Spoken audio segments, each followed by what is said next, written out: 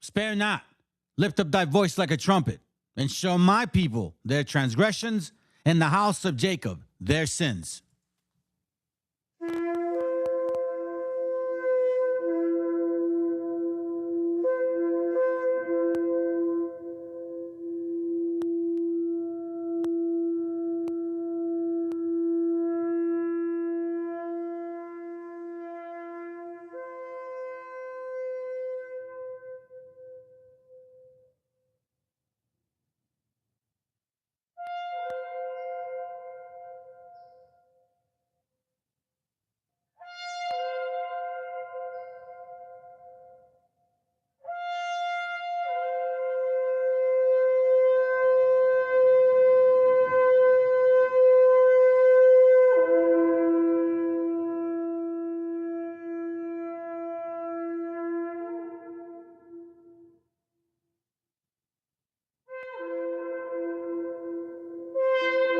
Copyright disclaimer. This content does not belong to Bible Chronicles or claim this intellectual property. The content provided today has and always will belong to the content owner.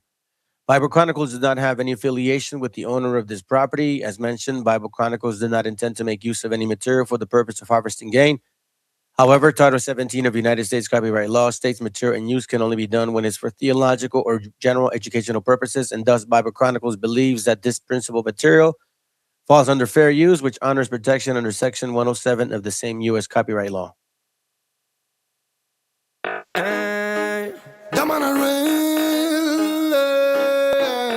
Lord of mercy. This is Cypher Naimer. ¿Qué pasa, Otto?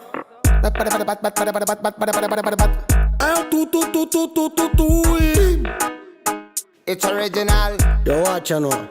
I see the girl them dancing a party smoker. Wine, wine, wine, wine. Give me the sense in your point, we want take no coca. Wine, wine, wine, wine. First, my friend, lady Palava. Wine, wine, wine, wine. Party turn up, shatter, dance, and soca. Wine, wine, wine, wine. Este juego salvaje que te pego. Aquí queremos fiesta sin maquillar el ego. Si tan duro como el ego. Puerto sangriento de fuego. Si rompe la palabra te maldecimos luego. Llega la masacre para el tipo de revista. Machista y para la mona que va de lista. Sonamos en la calle y prendemos cada pista. Cuca, gran can, ourón de mista. Baila como quiera, ya lo demás que le dé. Que todo fluya, que solo es tuya mi friend. Esta vida loca te dirá cómo saber a toda la bulla de los que quieran tu bien.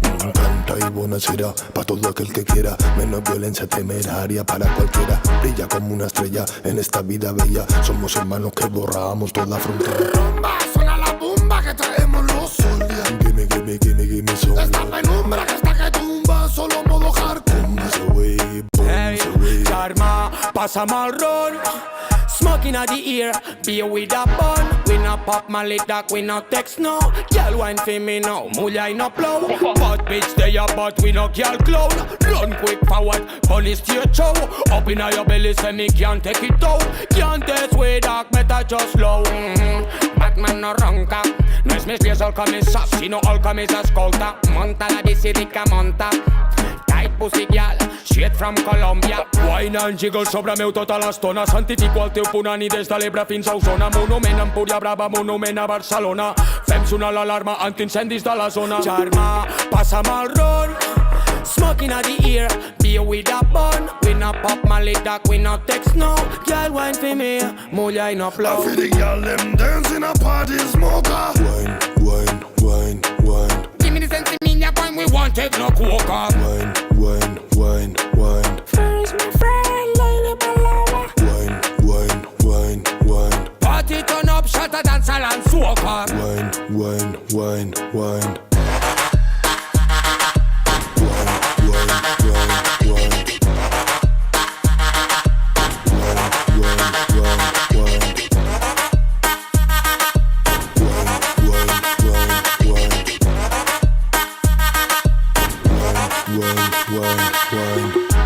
Lo de esa gata ritual, porque el danzar la posee.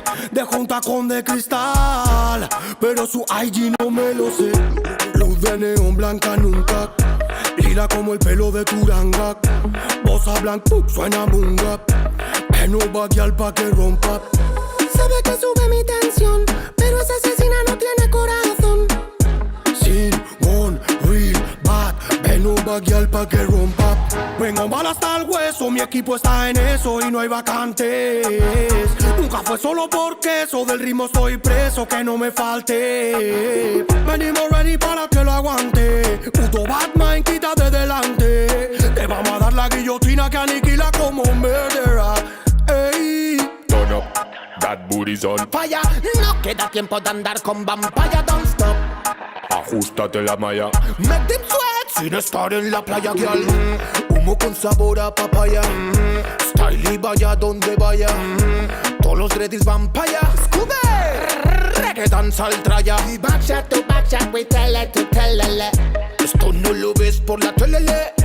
Corre, ve y dile a tu frenene. Vente que nadie te frene, tu nenene.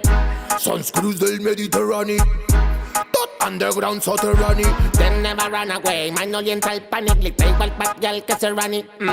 Pasamos revista aquí como la milili. Son man del palo Wikilili. Mr. Gran Campeón, nigga, cucape. Son lo que son y no son. Son unos I feel wannabe. the girl them dancing a party smoker. Wine, wine, wine, wine, Give me the sense in your point. We want take no coca. wine, wine, wine, wine, First my friend, lady palava. wine, wine, wine, wine, Party turn up, shut a dance and soca. wine, wine, wine, wine.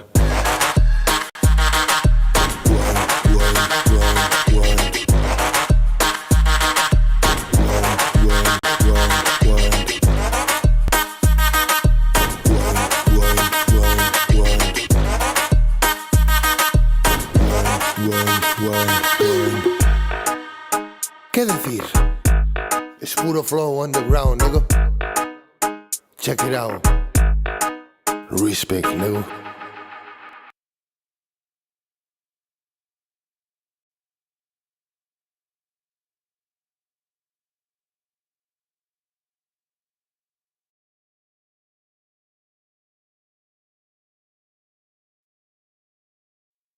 Viene a decirnos con mucha firmeza y gran convencimiento lo mismo que nos decía en el siglo XVIII el barón de Holbach, ¿no? Un filósofo francés de origen alemán.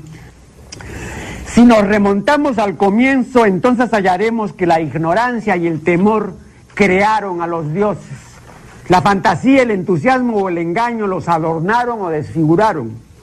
La debilidad les rinde culto, la credulidad los conserva, la costumbre los respeta y la tiranía los apoya para que la ceguera de los hombres sirva a sus propios intereses.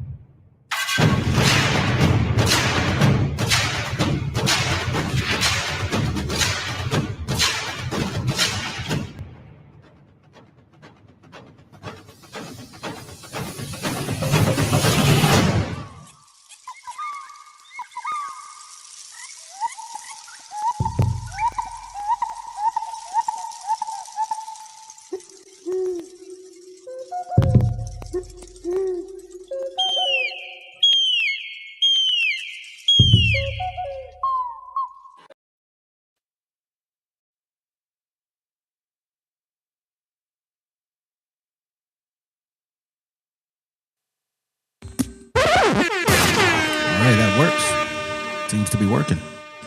Seems to be working just fine. Sounds good. All right, let's see what we got.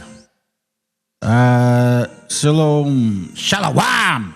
Saludos. Buenos días, buenas tardes, buenas noches. I don't want to leave nobody out. You know what I mean? So I say it like that. Sister Metzli.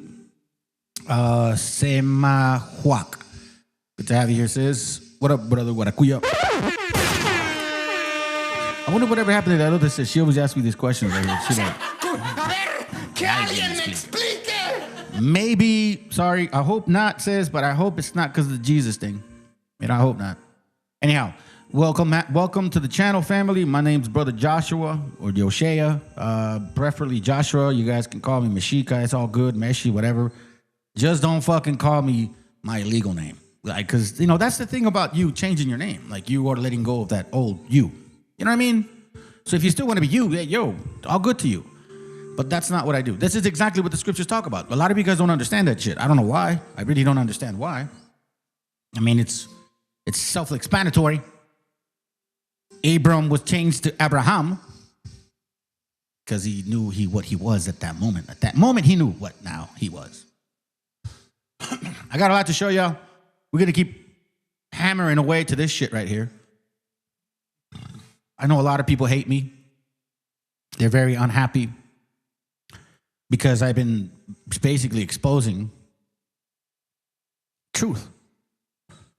Their desperate charade, all that wicked Jesus shit, is dead.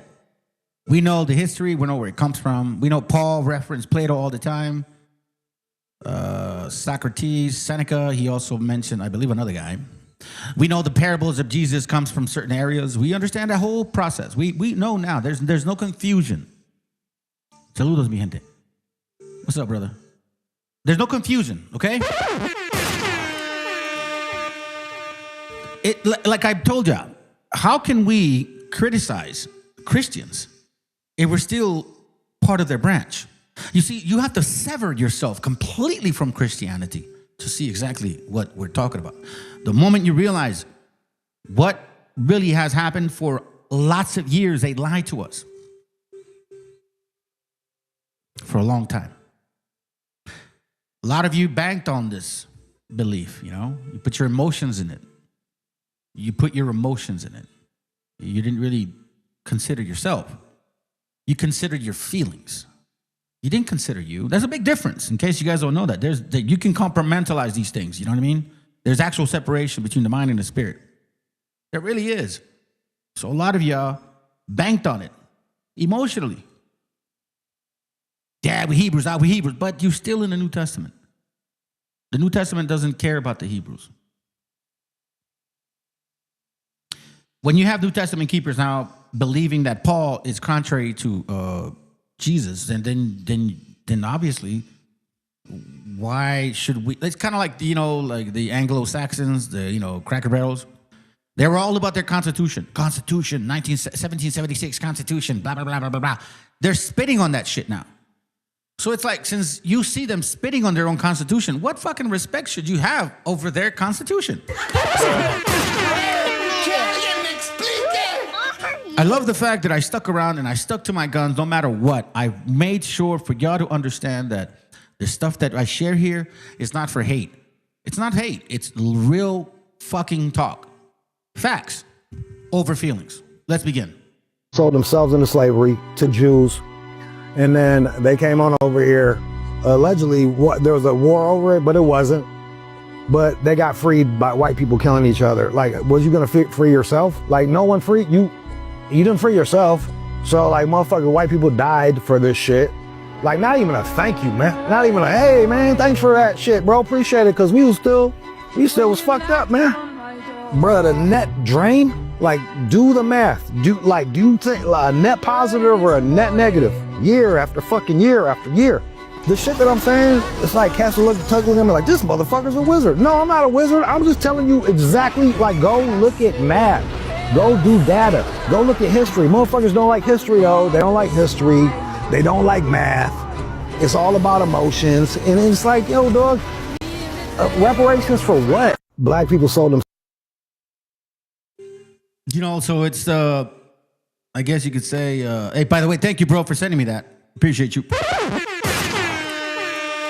I've been saying this since 2022, 2023. I told you that they were going to treat you guys like Palestinians. I fucking been saying this forever, for a while. Now, I guess it's better late than never. You know, better late than never, right? I've shared this video with y'all several times. Several times. Okay? But at least our people are finally seeing it.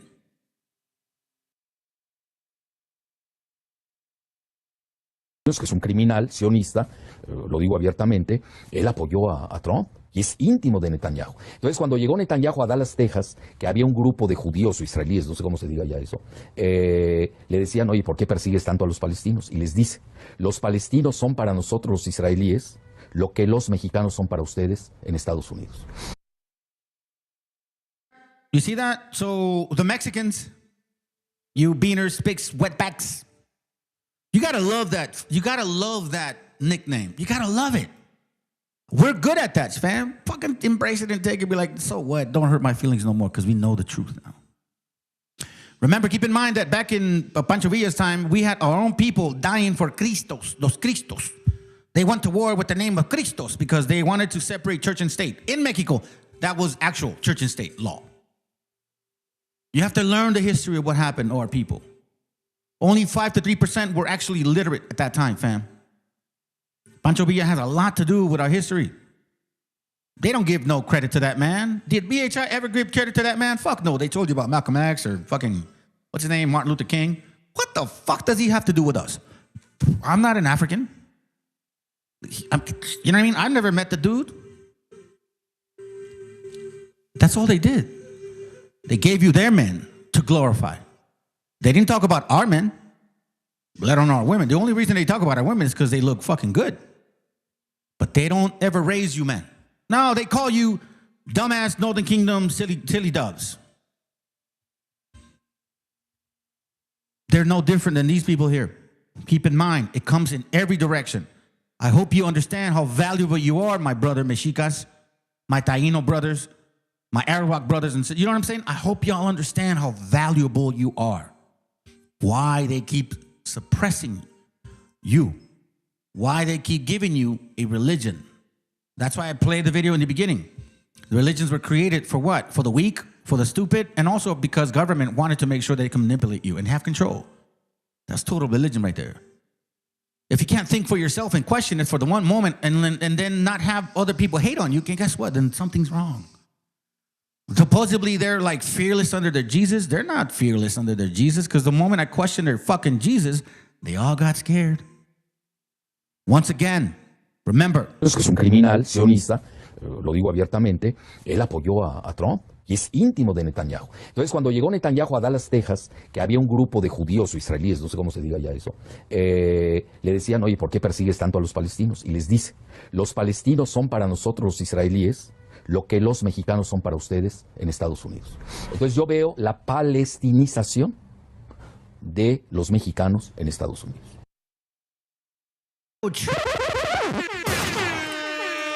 Like I said, better late than never. Better late than never. By the way, I'm going to show you guys a few videos initially and then we're going to go into books, okay? Just keep that in mind. Let's go.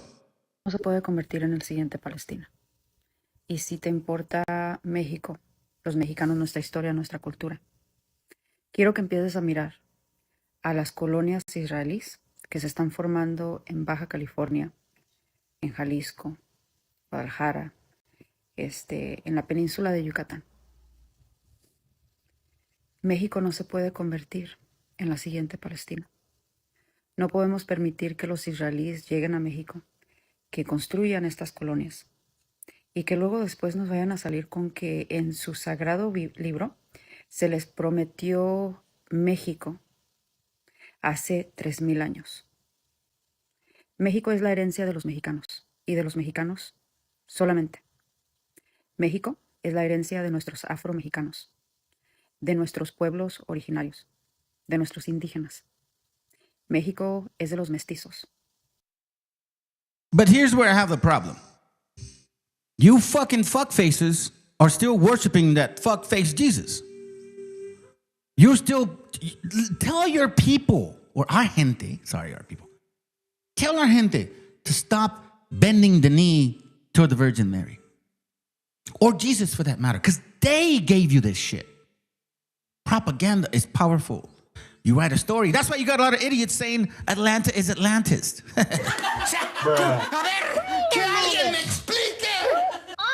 So even though I like what she's saying, I appreciate it very much. But you know what?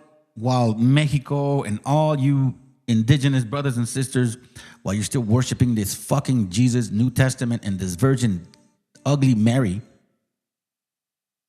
they're going to take over. Why? Because the Most High said, when you worship and come to other men, here, I'll give it to you, bro. I'll give it to you right now. Fucking shit. And I apologize if I cuss a lot, family. You know, I may be rude in speech, but I'm not rude in knowledge. Jeremiah 17:4 says, hold on, let's go to King James 4. It says, and thou even thyself shalt discontinue from thine heritage that I gave thee, and I will cause thee to serve thine enemies in the land which thou knowest not.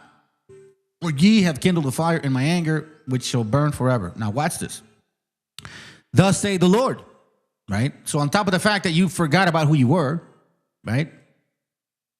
Then it says, thus say the Lord, cursed be the man that trusted in man, and maketh flesh his arm, whose heart departed from the Lord, right? You see that? You see, since the problem is that a lot of Mexicans, a lot of dumb Mexicans, right? They'll tell you, ay, mijito, es que son los escogidos del Señor. Son los israelitas. Nosotros no somos, pero simplemente gentiles. That's what they say. That's the problem with our people. So I appreciate this. But you got to get rid of that wicked shit first for our people to wake up. Wake up to find out how valuable they are. And none of this would happen. Guarantee you, our Creator would not turn their back on us. Because He did. Why? How do we know? I'll show you. Very simple. It's not about the curses. It says blessings and obedience.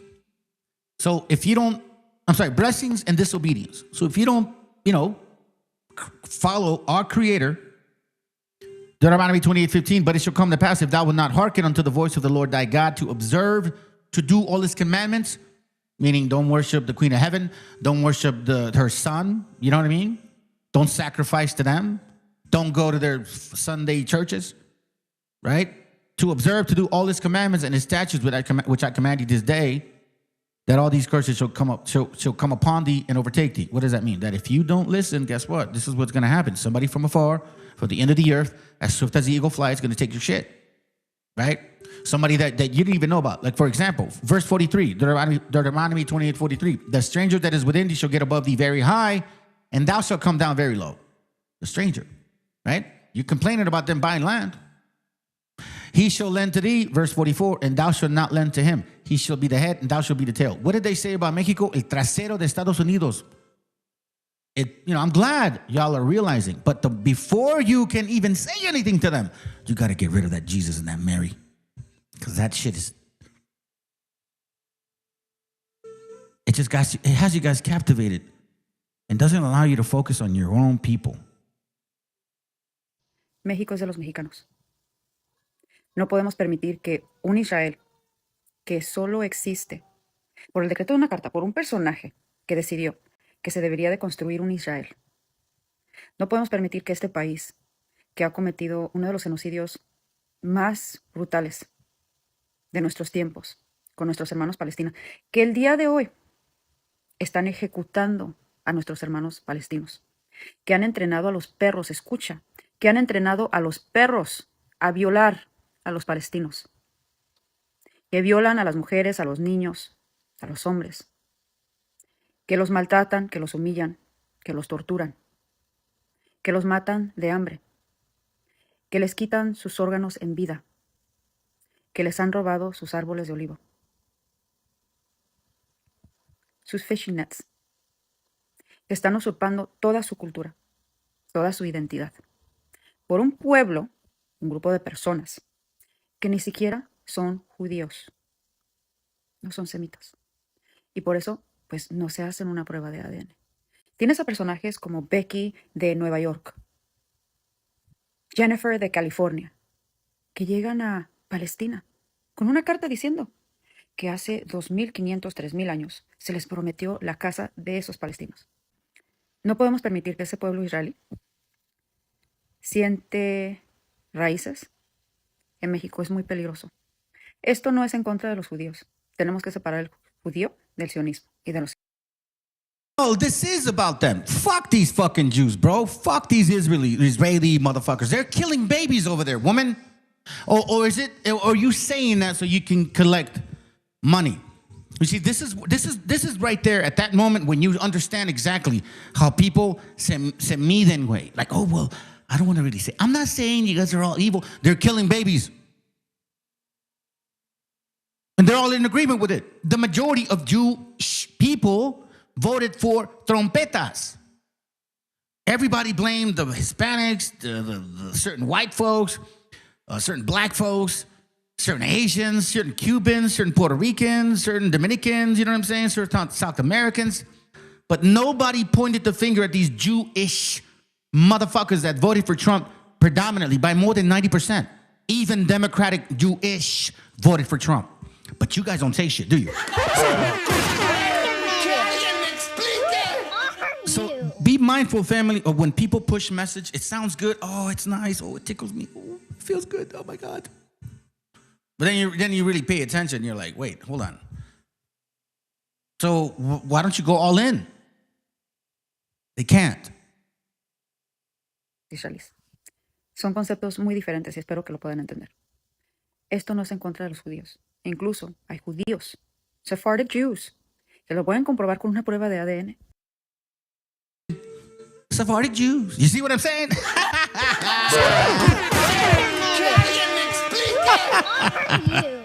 Again, I guess never late, better late than never, Let me just hurry up, man. I'm just going to let her talk because this is annoying. Están en contra de lo que está haciendo Israel a Palestina. No podemos permitir que se sigan apoderando de nuestra agua. Ya se apoderaron del agua de Chihuahua y de muchos otros pueblos de México. No podemos permitir que sigan controlando nuestras cámaras de vigilancia. Red means warning. ¿Saben qué están haciendo? Se llama reconnaissance. Es como cuando el militar estadounidense va a un territorio y empieza a observar. Está colectando cómo te movilizas. Están observando tu comportamiento, human behavior, para poder formar un plan de ataque. No podemos permitir que los gobernadores mexicanos, los presidentes municipales. Hey, look what this person asked. Maridela dice, ¿y la presidenta qué está haciendo al respecto? Ella misma es judía. Ella es judía. Desafortunadamente, esto ya es de años y ahora quieren que solucionen esto en poco tiempo. Ella tiene tanto trabajo y trabajo tan duro contra los embates de invasión del loco, ya sabemos quién que hay de ayudar y no dejarle todo a ella. Pero ¿sabes qué? You want to know what's so funny? All of these are Christmas Christians. All of these dumbass motherfucking Mexicans and shit. Yeah, I said it. Dumb Mexicans. You guys all worship the Virgin Mary, and you go to church on Sunday, and then you're mad because fucking foreigners invaded your ass, because they know how stupid you are. They know that you fell for it. It's like, I can trick these stupid beaners. If it's so easy to make them believe a Virgin Mary so they can crawl on their fucking knees, and they believe a Jesus that's not even real, what makes you think I can't manipulate them in many other ways? They're fucking stupid. That's the reality. That's how they see you. Until you let this shit go. Because we are bringing facts. This is not about emotions. It's not like, oh my God, I just don't like Christianity. No, I was hardcore in it, man. I used to go to retreats as a kid. Often my mom would send me to them. Retreats, youth retreats. I went to several. I must have gone to like 15 of them, dude. I used to believe this stuff, like very involved. Help the church, altar boy. I read in the front of the church, you know what I mean? I don't even know, bro. You think that I just kind of like, oh, I just don't know, man. And scripture was never hard for me to understand since I was a kid. I'm not special or anything. I just happen to really understand the scriptures. This isn't hate, man. This is just telling you about real shit. You gotta let that fucking demon spirit go. The moment you realize that this Jesus character and his mom was exactly the idols that the Old Testament talked about not to worship, something happens to you. A big ass weight leaves. And that fear, or whatever fear you had, is not there anymore. Let's continue. Los gobernadores estatales se sientan en la libertad de vender la soberanía y los recursos de los mexicanos. Ustedes no son los presidentes o presidentas de la República. Ustedes le obedecen al pueblo y no le pueden robar al pueblo lo que es del pueblo. No les pueden robar soberanía, no les pueden robar recursos, agua.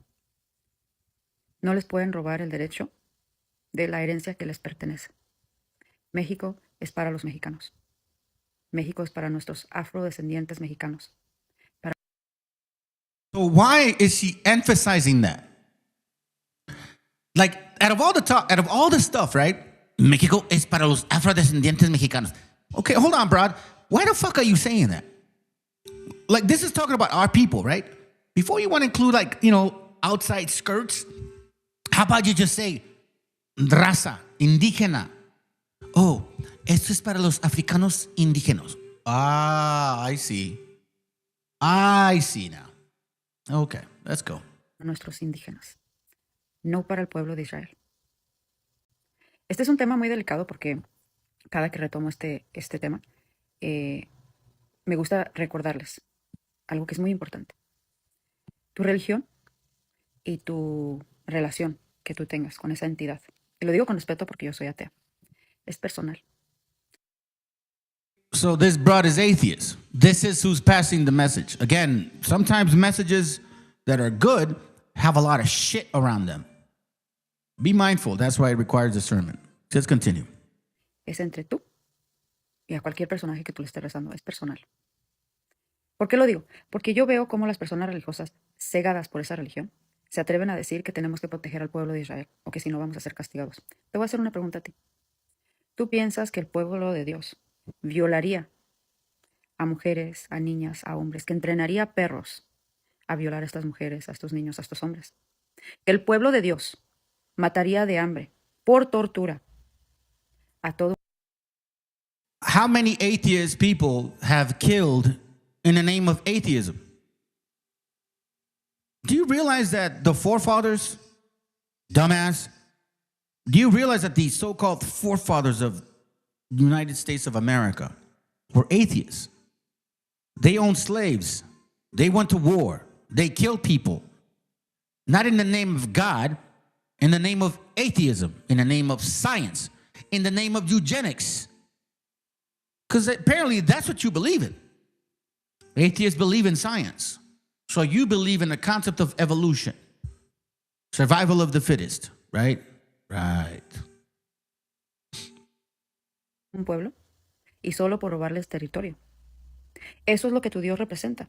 Porque cuando yo escucho a los religiosos decir esa frase, digo, wow, ¿a quién le están rezando? Porque eso parece Satanás.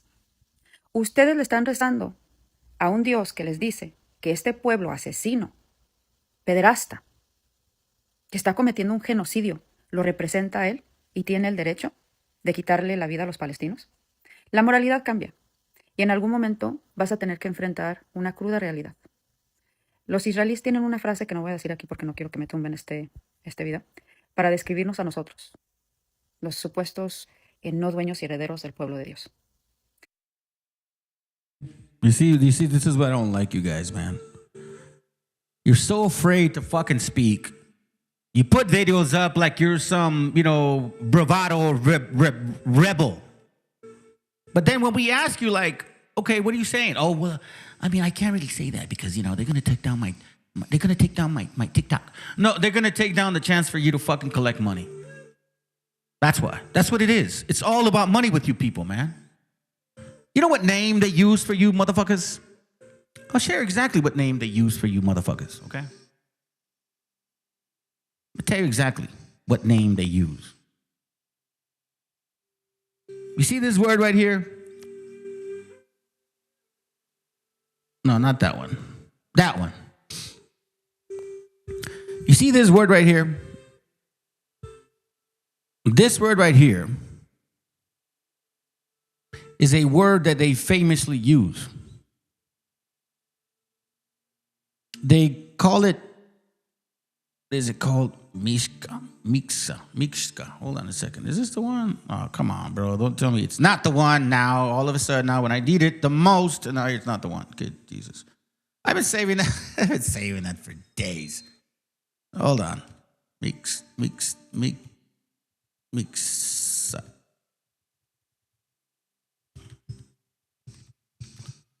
Hold on.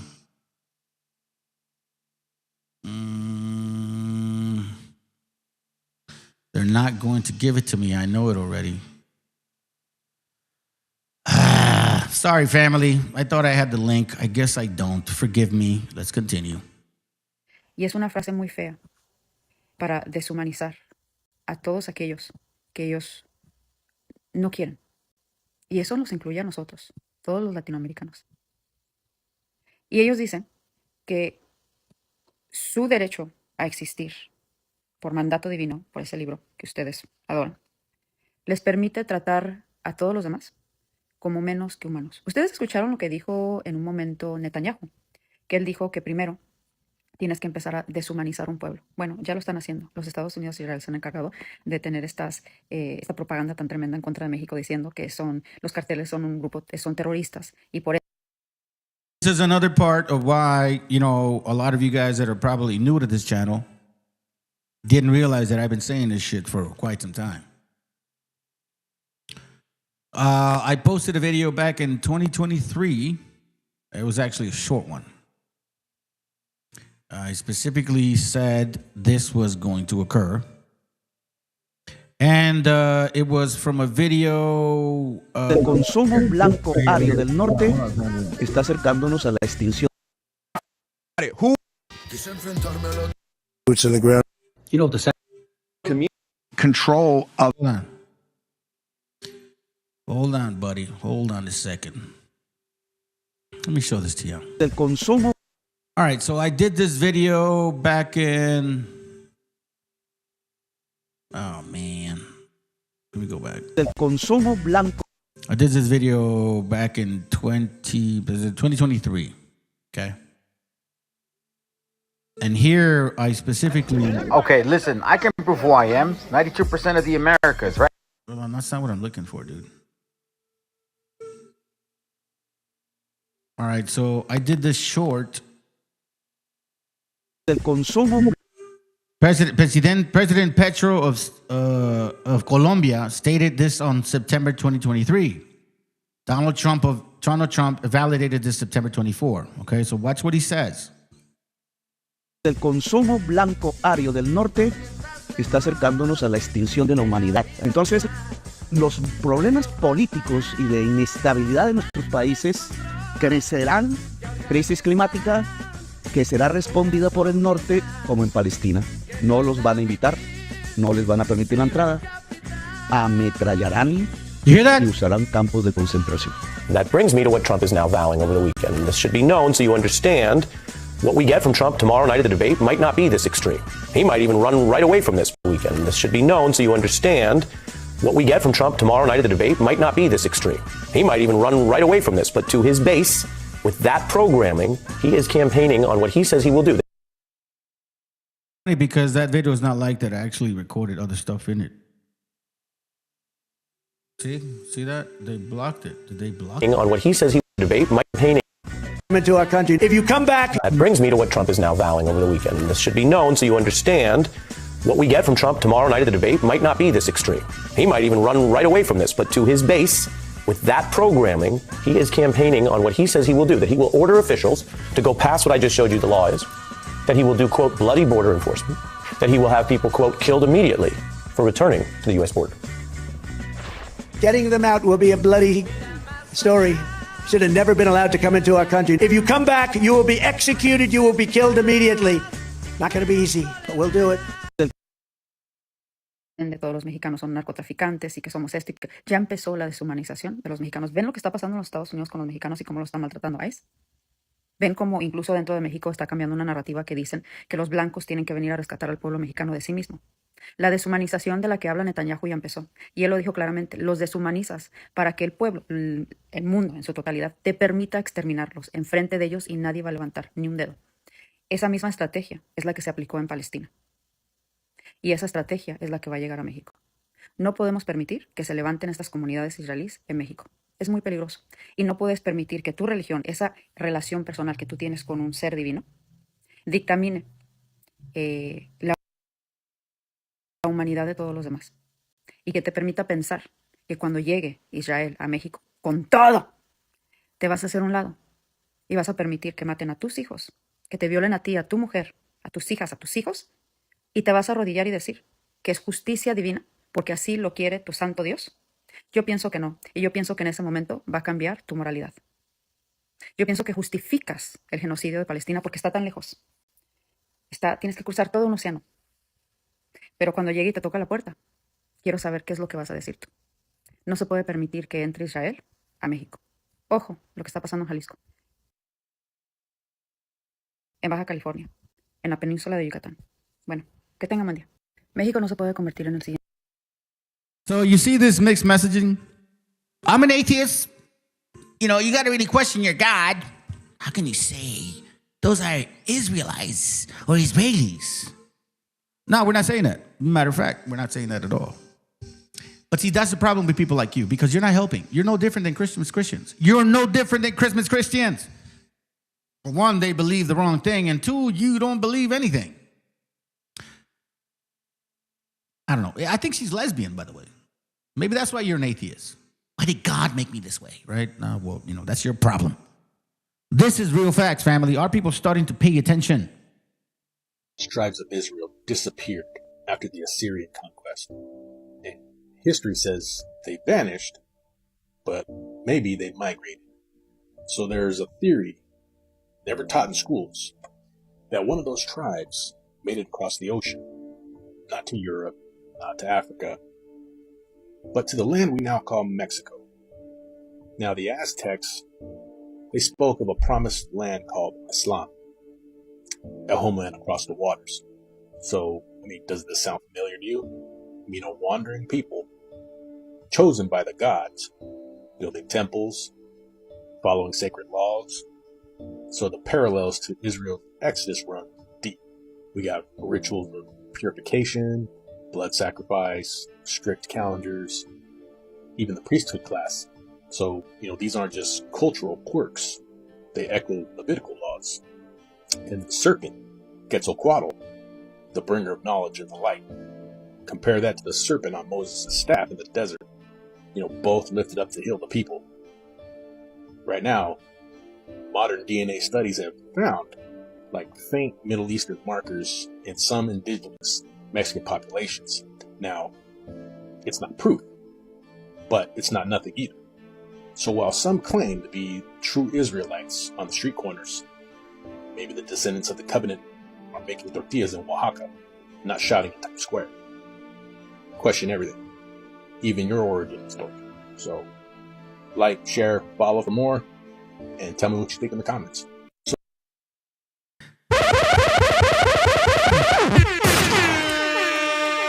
¡Viva México, cabrones! Let me say that again. Where's your moral code? Where's your soul? You preach 10 commandments, but broke every scroll. That shit is beautiful, man. When I hear my people talking like that. And we're encountering these things, right? Migration, the stuff that he mentioned, Levitical laws, sacrificing certain things. This brother right here and I were talking about it earlier, man. We were talking about it earlier. And, you know, this is the awakening now, the real awakening of our people. Because we're shredding that new fucking thing. We're not afraid to speak on who the fuck is this Jesus? And who the fuck is this Mary? We're not afraid of it. You want to know why? Why should we? 1492 showed up, destroyed, decimated our people. We don't even know who we are now. What do we got to lose? We got nothing to lose. All to gain.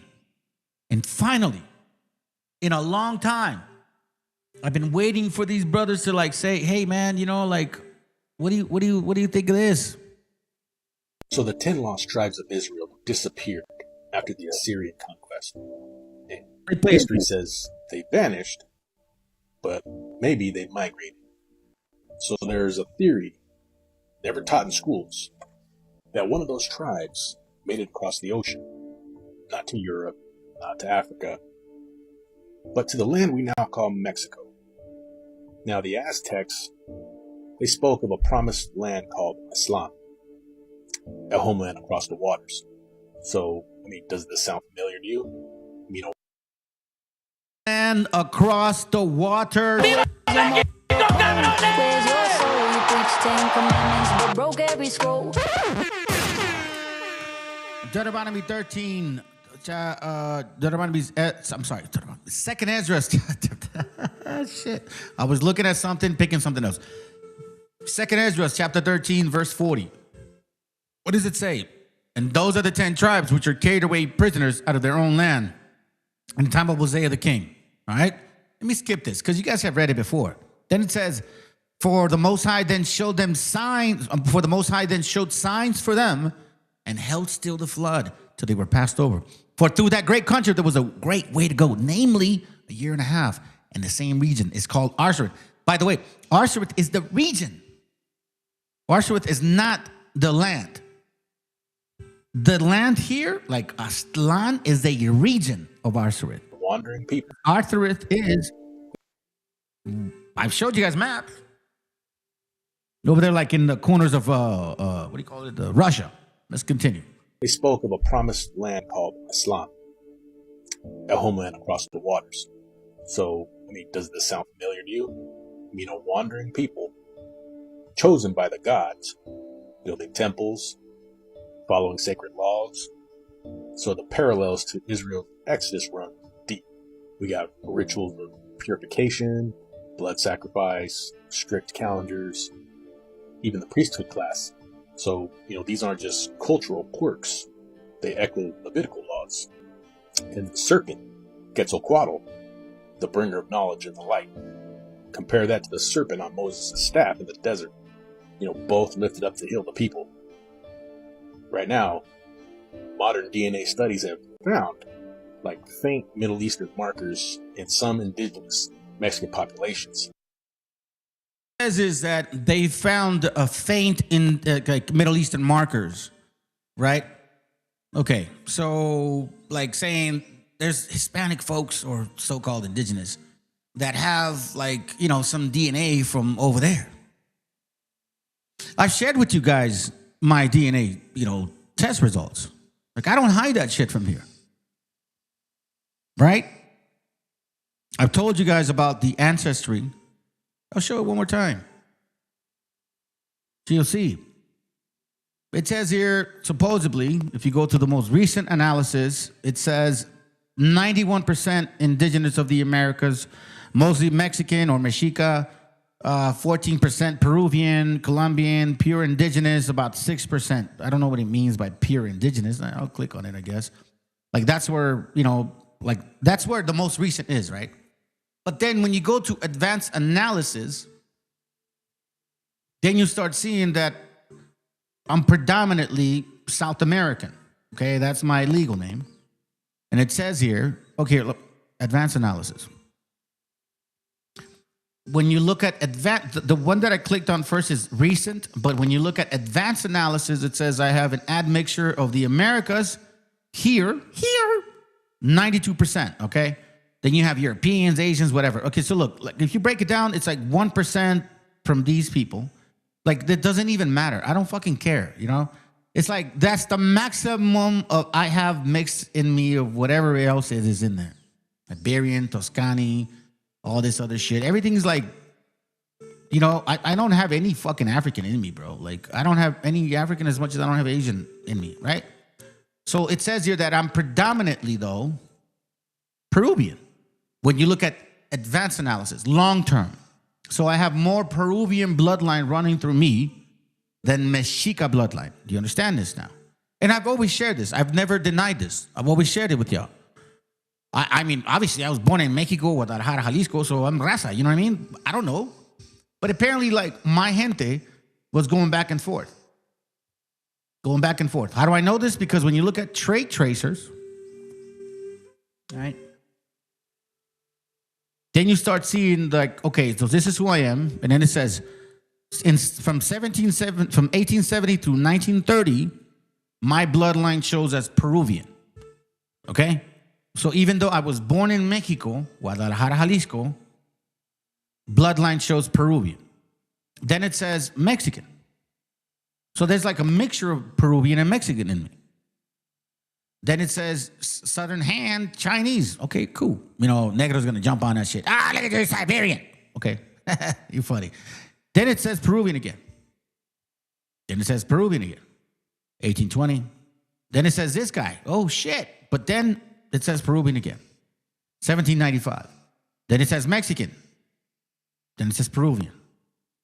Then it says Peruvian. 1770, 1745, Mexican. So it's like, apparently my family was going back and forth, right? So you can consider them the Mexica, so-called Aztecs, or the Incas, right?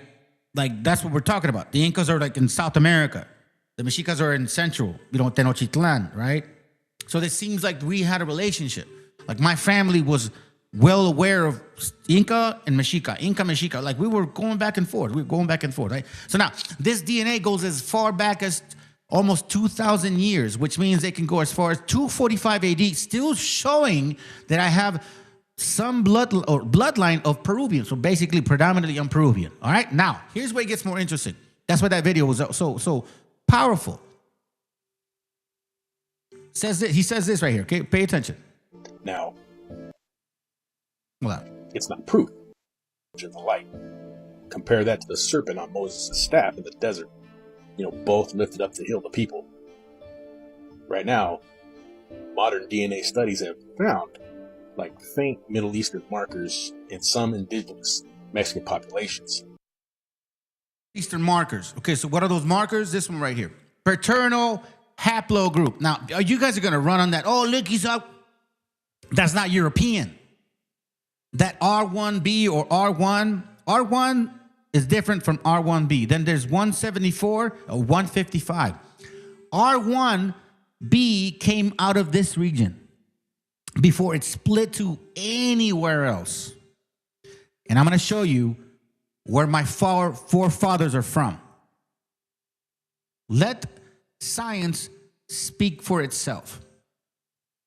Because guess what? Before I did this DNA test, I was already bringing out facts. I was the first one to teach y'all that we came from this region to that section.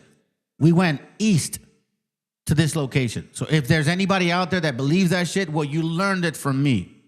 I was the first one to bring this shit out. No one else brought this shit out before. So here it says that my forefathers are from this region here. In case you don't know the Bible, the Ur of the Chaldees is over here. Abraham, Isaac, and Jacob sojourn in this particular type of U shape. And when you think about Isaac and Jacob having wives, they went to Padam Aram, which is this section right here. So if there's anybody that comes close to the Israelites, you're talking to that man right now.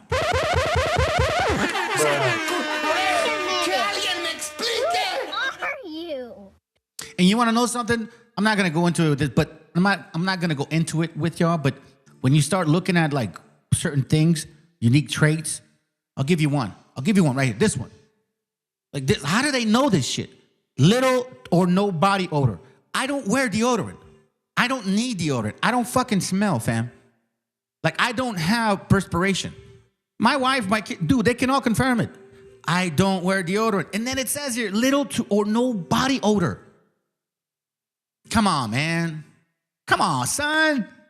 Like, yeah, you guys want the DNA when it matters. So the 10 lost tribes of you want the DNA when it matters and shit. When you don't want to raise the baby or you didn't kill that motherfucker, right? But yeah, when it comes to real fucking facts of who we are, nah, I'm just an example. I'm an example of the whole tribe that is standing in front of me, behind me, besides me. I'm the example. And my job is to show you, brothers, that my family didn't come alone here. You know what I mean? I'm not no white boy. You see that shit. It's time for you guys to wake the fuck up. That's why scriptures come real easy for us, brethren. We don't have to really stress about that stuff. That's why if anybody comes from some other camp or BHI or some wobble shit, it gets destroyed real easy. They have nothing against our power. All they have is a voice. They don't have a spirit. All right, we're going to move on from this video. Let me play it one last time because this is beautiful. Thank you, bro, for sending that shit for Julio. Israel disappeared after the Assyrian conquest. And history says they vanished, but maybe they migrated. So there's a theory, never taught in schools, that one of those tribes made it across the ocean. Not to Europe, not to Africa, but to the land we now call Mexico. Now the Aztecs, they spoke of a promised land called Islam, a homeland across the waters. So, I mean, does this sound familiar to you? You know, wandering people, chosen by the gods, building temples, following sacred laws. So the parallels to Israel's Exodus run deep. We got rituals of purification, blood sacrifice, strict calendars, even the priesthood class. So, you know, these aren't just cultural quirks. They echo Levitical laws. And the serpent, Quetzalcoatl, the bringer of knowledge and the light. Compare that to the serpent on Moses' staff in the desert. You know, both lifted up to heal the people. Right now, modern DNA studies have found like faint Middle Eastern markers in some indigenous Mexican populations. Now, it's not proof, but it's not nothing either. So while some claim to be true Israelites on the street corners, maybe the descendants of the covenant are making tortillas in Oaxaca, not shouting in Times Square. Question everything. With that fucking jab at him and shit, like, you know, those some people are yelling in the streets, claiming to be Israelites, but yet you have Oaxacans actually doing it right. Masa is in the Bible. Let me show you guys in case you don't know this. Masa is in the Bible. Come on, bro, play it. Wait. Sorry. Masa. Look, check it out. Unleavened bread, right? There it goes. Exodus, I believe, 12 talks about carne asada.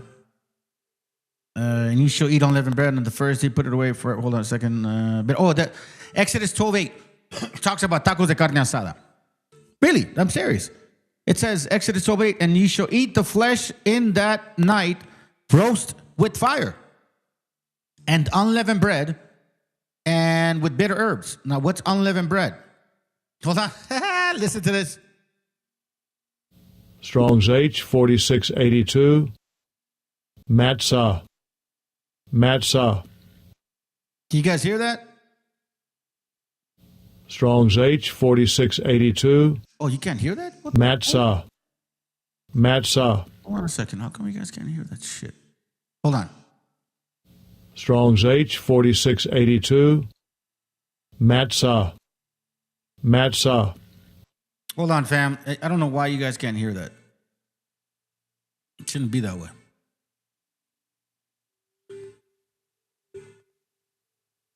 Let me see. Strong's H 4682. Matzah. Matzah. Masa. Masa. Like, here's a different one. Let's see. Here it goes. Strong's H 4711. Matzats. Matzats. That's the supposedly root word, but here is the word for unleavened bread. Strong's H 4682. Matzah. Matzah. Masa. Masa. Masa. How do you make masa? Out of corn. Who is known to be the people of the corn? We are. These are the beginnings of peeling off this hateful image who came in the name of God and raped, pillaged, and destroyed our people. And y'all are still worshiping him, even though he did all that. Which has been literalized. What we have here is a myth which has been literalized. Once you see that, then the whole history starts to fall into a new pattern. People think, oh, why would anyone write a myth? But it's the language of the ancient world. So it's like asking, why do people write science fiction stories? Why did someone make The Matrix? Well, because it's a powerful story which transforms you when you come into contact with it. And it is made up of little motifs which have been taken from all over the place, put together in a new order. Well, that's what myth is in the ancient world. That's what the Jesus story is. Once literalist Christianity had been adopted by the Roman Empire. Hey, Joe Ray, let me say something, bro. I scare people when they show up to my channel. You know, that's probably why they sit back in the background. They can't imagine that raza, a Mexican, actually knows his shit. That's like fucking confounding them. Let's start there. It was forced almost by its own logic to turn on the ancient mysteries. Because once you've got this idea that one man has come and is literally the Son of God and you must literally believe in that history to be saved, well, you're almost duty-bound to enforce it. And the tolerance, spiritual tolerance, which marked out the ancient world, ended. And the pagan mysteries were eradicated, the Jews were attacked, and the other forms of Christianity, Gnostic Christianity, were also eradicated and their books burnt. And you know, he's saying that the Roman Christian, you know, power destroyed paganism, destroyed, you know, Jew, you know, practicing or anything related to that, destroyed anything relative to Christianity. That's why Mithraism was powerful at that time, and then that's when the Romans said, fuck you, I'm going to destroy everything. Because it was too close for comfort. They knew that if we allow these religions to preach these things, they understood that there's too many Jesuses, bro. Like, we can't consolidate power if there's too many fucking Jesuses in other religions. That's why they left the Hindus alone. They knew they called his name Krishna, but they figured, it's probably, you know what? Let's just write it in a way where it's such a story, so elaborate, so special, so unique, that when they hear this similar word of Krishna, we'll just create a propaganda to make them get distracted from the similarities. That's what they did to y'all. In some ways, the head, the intellectual head, was cut off the Western world. It collapsed, really, and the heart was torn out too. When literalist Christianity turned on the ancient traditions, what we're witnessing really is the collapse of the Western world and the entering into what we appropriately call the Dark Ages. Every culture in the ancient Mediterranean seems to have taken this perennial myth, which probably originated in Egypt, or could be so old it's Neolithic, and has made it its own, had its own version. And what we see happening is that the story of Joshua or Jesus becomes merged with this pagan story of a pagan dying and resurrecting God-man. So we know, for instance, in Alexandria, which is the New York of the ancient world, it's full of 25% of the population is Jewish. They're speaking Greek. Greek is the universal language. And we know that they're putting together Jewish mythology with pagan mythology because we have lots of these texts, which are called intertestamental texts, because they fall between the Old and the New Testament, which are clearly mythological texts, which show a pagan-Jewish crossover. If you free yourself from your preconditioning and you pick up the gospel story, you can clearly see that this is another one. These pagan myths have been merged with the mysteries of Moses and Joshua, which told the story of going to the Promised Land, which was a Gnostic initiatory myth for the Jews, which is then being mixed with this pagan story. It's a quirk of history that we're not here discussing whether there was and wasn't a real Mithras, because very nearly Mithraism, which is a Persian cult, which is again a foreign cult to the Roman Empire, became the dominant cult across the whole of the ancient world under the Romans. They tried that. They tried numbers of. They didn't go straight to Christianity. They tried numbers of things which didn't gel, didn't work. Each emperor would come across with their own thing, and this is partly how all of this began to. The traditional history fell to bits. Was that after the Reformation, Protestant scholars were looking at the Catholic Church, which they just split from, and going, "Hang on, all of these rites and rituals and the Pope, and this is all pagan." And so it started with the Reformation, and you then had, for the first time, scholars actually examining the texts. And see, that's where the problem starts, because when they realized that they were following paganism, how distant did they become? They didn't become that distant. They took upon the name of Jesus. They still preached his name. They still preached his mother. They still preached the virgin fucking birth, immaculate conception. They taught, Jesus came for everybody. You see what I mean? So as much as they might have tried to erase some of the paganisms within their culture or doctrine, it's still what it is. Mithraic. Dionysus type. I mean, you guys still celebrate December 25th in the name of Jesus. And all you guys are saying, like, well, we don't celebrate December 25th. We're not part of that Christian shit. You still believe in the New Testament. Free to do it. And examining the rituals. For them, they were looking for the real Jesus. And were peeling away what they thought were accretions to find the real man. All that's happened is that Peter, Gandhi, and I and other scholars have carried on that tradition. I mean, Albert Schweitzer, he's a great example, and gone right down and gone, do you know what? You keep going and there's no one underneath this. Once I got over the shock of having, being part of the most famous man who ever lived didn't. Once you got your head around that, what I found was that there was this incredible depth of mystical wisdom available for me through the Western tradition, which I hadn't been able to see before.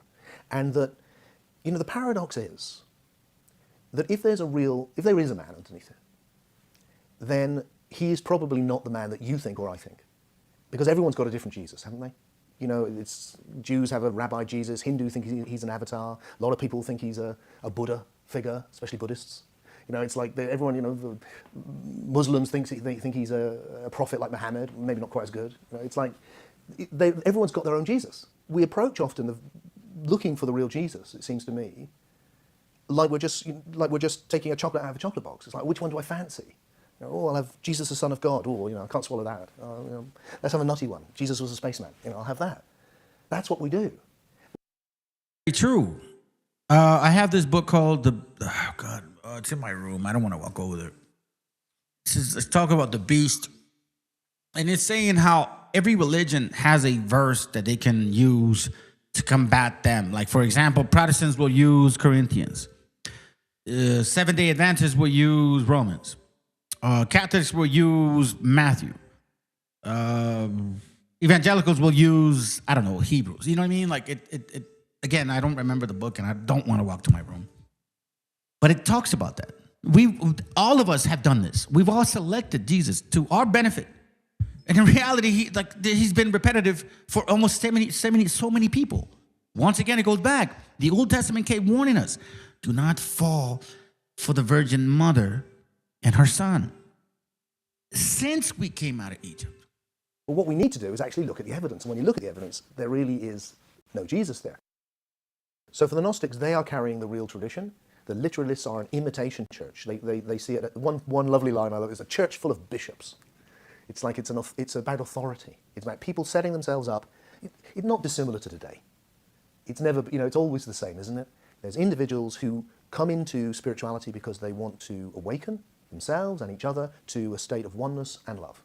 And there's other people who are interested in setting themselves up with a bunch of followers, making a good living, having a little cult. And the Gnostics saw the literalist church, the one that would become the Roman Catholic Church, as that, as an authoritarian structure designed to fleece people. What I see with the Jesus story is a very old, powerful, beautiful Gnostic myth, an initiatory allegory about Gnosis, which starts as wisdom sayings and a basic myth, which becomes fleshed out and put into a geographical and historical setting. And at some point, there are some serious political overlays which will benefit the Roman world, so that when it becomes the property of the Roman Empire, it can manipulate it to its own ends.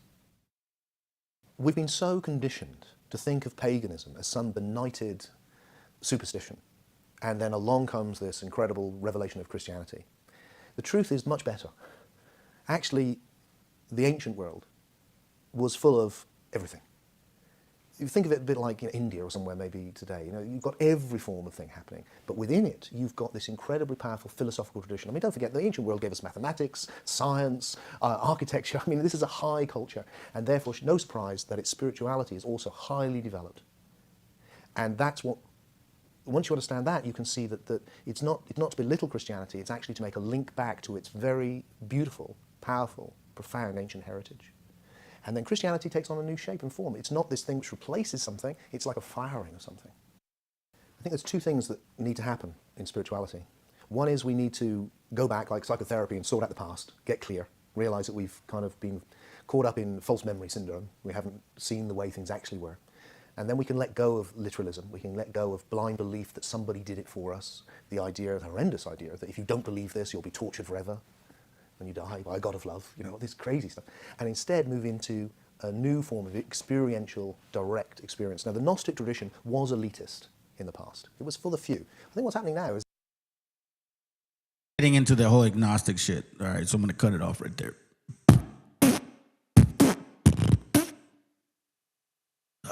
Let's see what we got. Angela Garcia.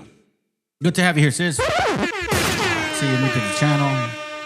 Joe Ray says hello, Angela. Good to see you here. This is part of my time studying.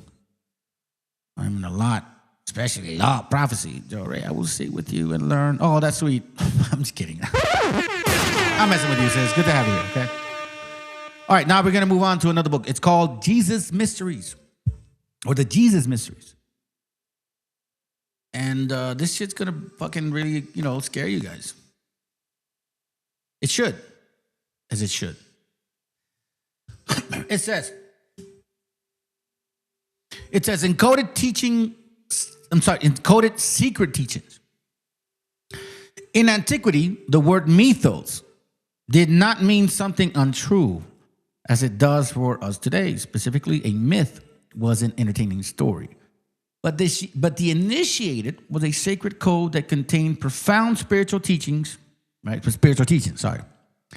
Then it says, Plato comments, it looks as if those also who established rites of initiation for us were no fools, but there is a hidden meaning in their teachings, mystery teachings. That's why when you read the Oxford Annotated Bible in Wisdom of Solomon, chapter 12, you don't see that in the King James translation. Hold on, let me go through it real quick. Like, you don't see this here. You don't see the word initiates, right? But when you go into the Oxford, it actually mentions initiates. Wisdom of Solomon, just to summarize it, it's talking about the people that went into the land that God said that our Creator gave them an opportunity, see if they would repent. They fucking didn't repent. They didn't care. They wanted to worship the Queen of Heaven and her son. Canaanites. Because it's a Hamitic religion. So whenever you guys are over here, like in church and shit, you know what I mean? Worshiping Jesus and Virgin Mary, you're worshiping an African religion. The international mysteries. The mysteries dominated the pagan world. No other deity is represented on the monuments of on ancient Greece and Italy as much as Dionysus. God-man of the Eleusinian mysteries. Dionysus, who is that guy? How many times did we find him? We find him a lot of times. Look at this. 81 times in this book. Now, who is this Dionysus? Here, my friend. Let's copy that real quick.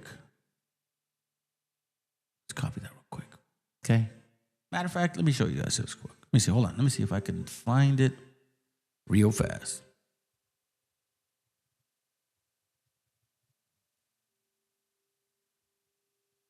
Let's see. Here it goes.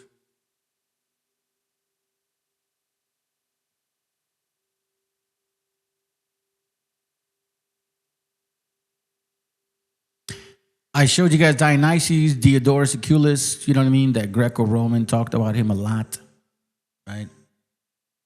But this is also Dionysus. This is what I'm talking about, family. This is what you're worshiping. Jesus. That's what you guys are doing. Dionysus was a shining star. Dionysus was Orpheus. Dionysus is Jesus. No different. Look, watch. I'll show you. Dionysus, born of a virgin, December 25th, killed and resurrected after 3 days. So who's Dionysus? Was born of a virgin, December 25th, right? We know that Christians do that shit. Let's just say that doesn't apply to all Christians, whatever. But he is the son of a heavenly father, a holy child. Bacchus was placed in a cradle, manger among beasts. Bacchus is Dionysus, by the way. And you can see Bacchus in 2 Maccabees 6. I'll show you. See, we don't hide nothing here. We bring facts. We don't bring feelings. We don't worry about stuff like that. Let me find it real quick. Let's see, where you at?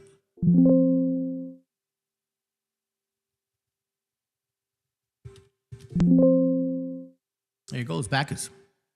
You see that? In the second Maccabees 6:7, in the day of the king's birth, every month they were brought by bitter constraint to eat the sacrifices.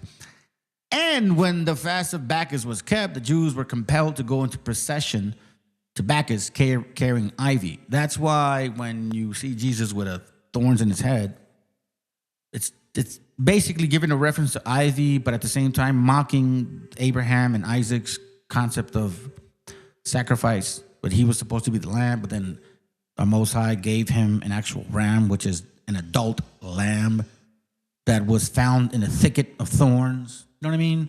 So it's like they make fun of you. I don't know why you guys are not noticing this shit. They're making fun of you. That's why it's like that brought like, oh, you know, you guys need to stop following these Israelis, but I'm an atheist. Like it's really good. Okay, give us your fucking great answer to this question, atheist. What is an atheist gonna do? What are you gonna do? You're gonna go out there and cheer and shit? Protest? You're gonna go outside their houses and with pickets and shit? Because you're an atheist, like, oh, our atheism is gonna make sure that we can restore the land of Mexicans back to us. You're not gonna do none of that shit. Let me show you something.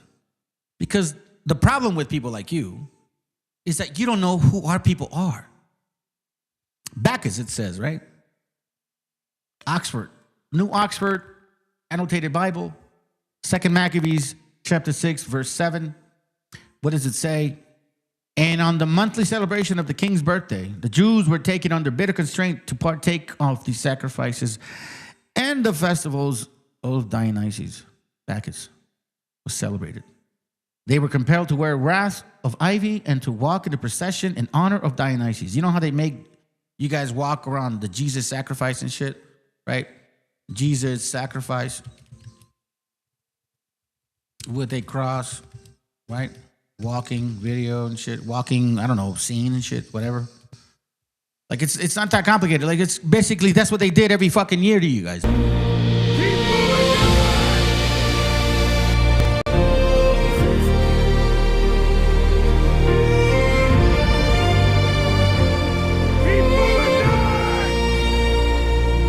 Carry the cross for me,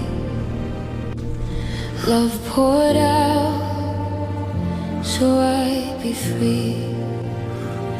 You carry the cross. The procession of Dionysus with the ivy. You see the ivy in his head? It's just dried ivy. That's it. It's no different. You've been following this shit for a long time. Wake up, my gente. For me, love poured out so I'd be free. Hands that shape the stars, leading on I'm gonna cry. that hill. Every step you took, I can feel it still. I see the road. I see the. Hold on, buddy. You know what the weirdest thing about this whole process is? Okay, I'll be right there. Hold on. You know what the whole process is about this whole thing? It's like this right here. Like, they're crying to this shit.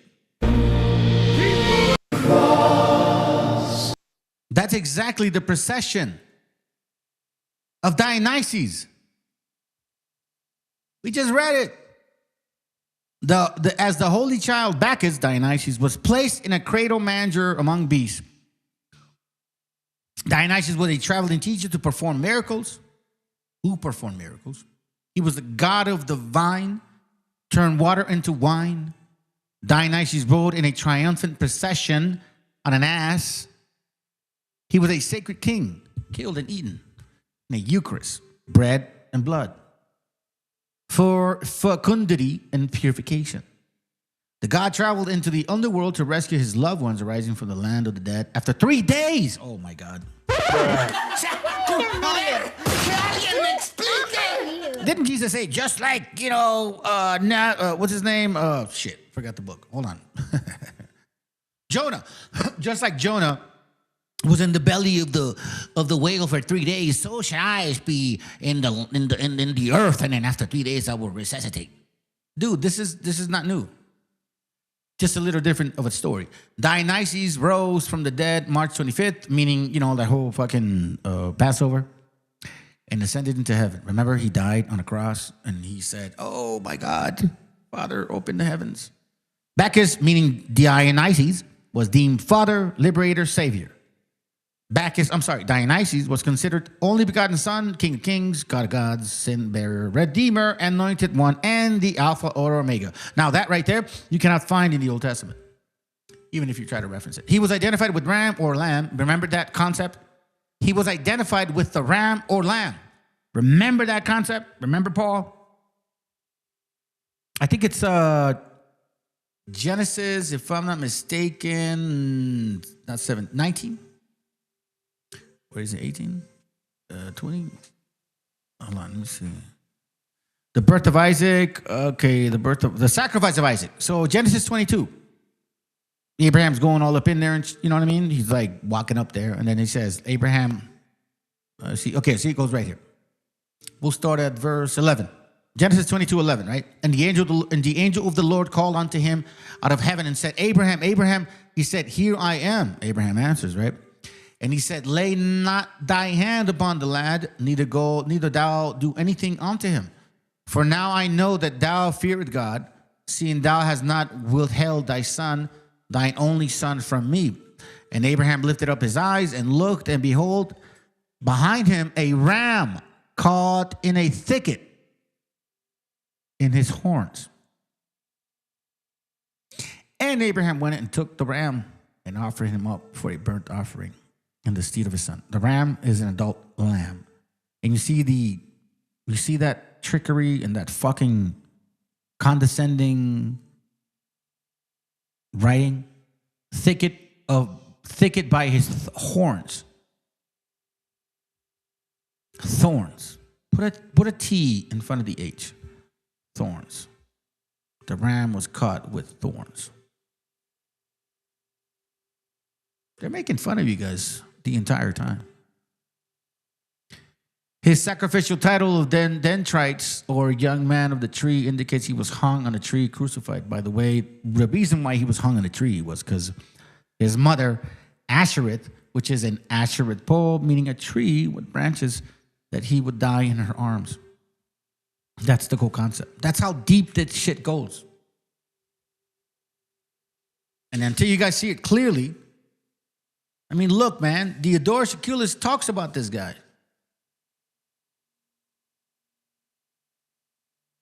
Let me see. Is it the right one? They're Himes or Herb. Yeah, I should have read that. Hey, what's up? Hold on a second, family.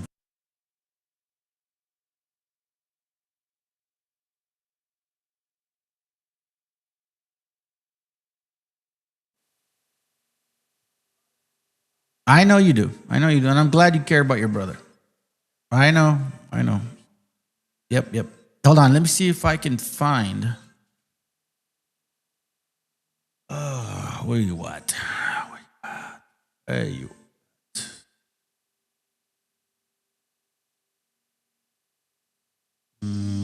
We have it down. Matter of fact, let's continue. I'm not going to waste time on that. All right, so we have international mysteries. Now we're going to move on to, here, let me go skip it down right here. Now we're going to move on to this right here, okay? Pay attention. Roman Canaanite Church. Emperor Jesus Constantine, the first Christian emperor, was married to his mother, Helena Augusta. Emperor Constantine the Canaanite and his Druidess mother, Helena, founded the Latin papacy in the city of Constantinople. Hold on.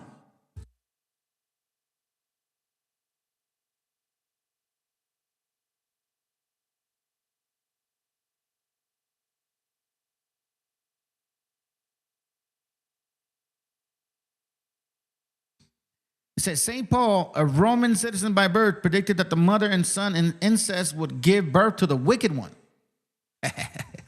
It's just funny, dude. You are the wicked one. Emperor Jesus Constantine was the grandson of a Roman emperor Caracalla by his mother Julia Domna. Constantine's mother, Helena Augustus, was a British Druidess. The marriage of Constantine and Helena founded the Latin papacy in the city of Constantinople. Helena also discovered a true cross in Jerusalem. The founding of Constantinople led directly to the ruins and abandonment of the imperial capital in Italy. The British and Canaanite tragedy of the divide and conquer led to the decline and the fall of the Roman Empire, and not the Christians. In the New Covenant, there are 3 references of Christians, but none at all to Catholics. The most common designation for Christians was Nazarenes after Joshua of Nazareth, the Jewish Messiah. So as you can see, like, you know how they're like siding with this shit. It's just funny to me. And you start seeing like really like the Canaanite-ish things that they have involved. Can't forget about this, nor can you ignore it.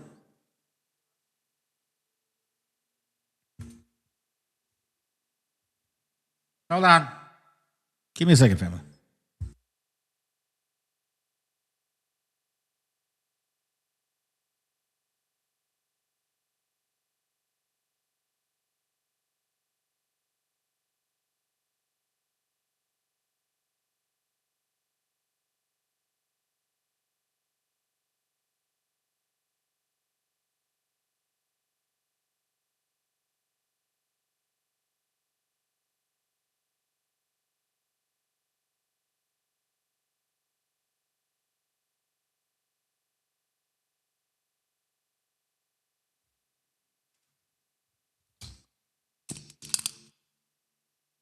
All right. So now we see this. I didn't really want to touch too much on it. I just wanted to give you guys references, pictures, and statements and comments. Like, it's just ridiculous, bro. I mean, how much more are we going to have to, like, you know, handle and fucking deal with? Look this right here. This is from a book called, what page is it on? Page 34, okay? It says in this book, Imagen de la Virgen María, Madre de Dios de Guadalupe, okay? It's an old book. I don't know when it's printed. When does it say? No, it doesn't say the printing. As you can see, it's really old, right? We're going to go to page 34.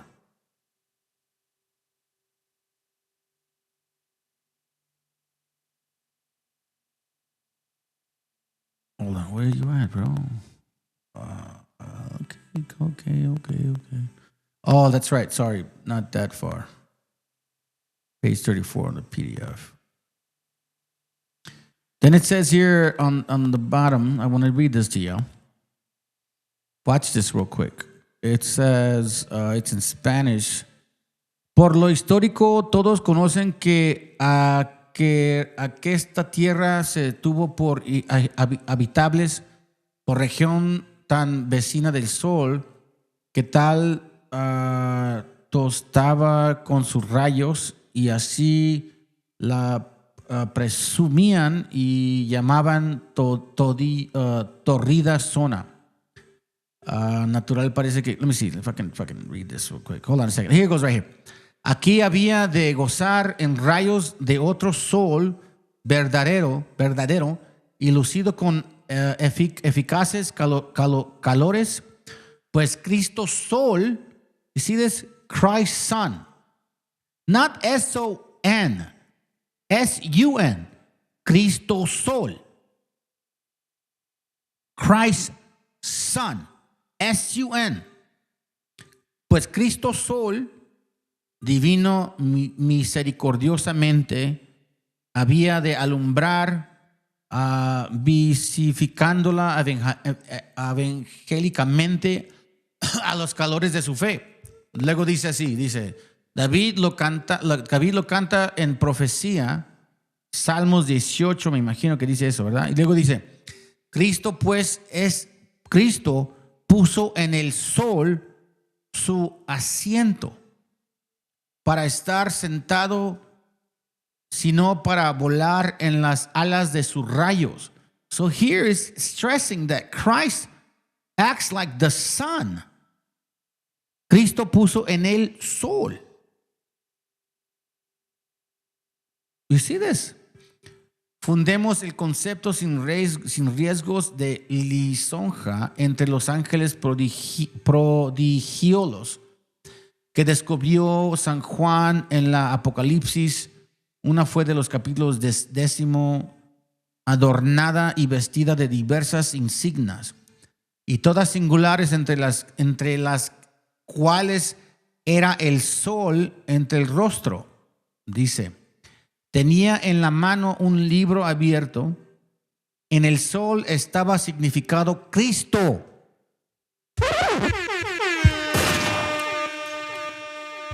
This is a Spanish book, and it's basically saying that in the sun, you know, the S-U-N, is where you find Christ. You guys are worshiping a fucking demon. Manly P. Hall talks about the secret teachings of all ages, right? And it talks about a certain tree of life. Watch this real quick. I'm going to show you this page and we're going to move on. Under the appellation of the tree of life, or the tree of knowledge of good and evil, it's concealed the great arcanum of antiquity, the mystery of equilibrium. The tree of life represents a spiritual point of balance, secret of immortality. The tree of knowledge of good and evil is, as its name implies, represents polarity or unbalance, the secret of morality. The secret of mortality. The Kabbalists reveal this by assigning that the central column of their sephoritic diagram, meaning the tree of life, and the two side branches of the tree of life are the good and evil. See what the Sifrat says? The Sifrat talks about the tree of life, and the Sifrat also talks about the tree of good and evil. Unbalanced forces perish in the void.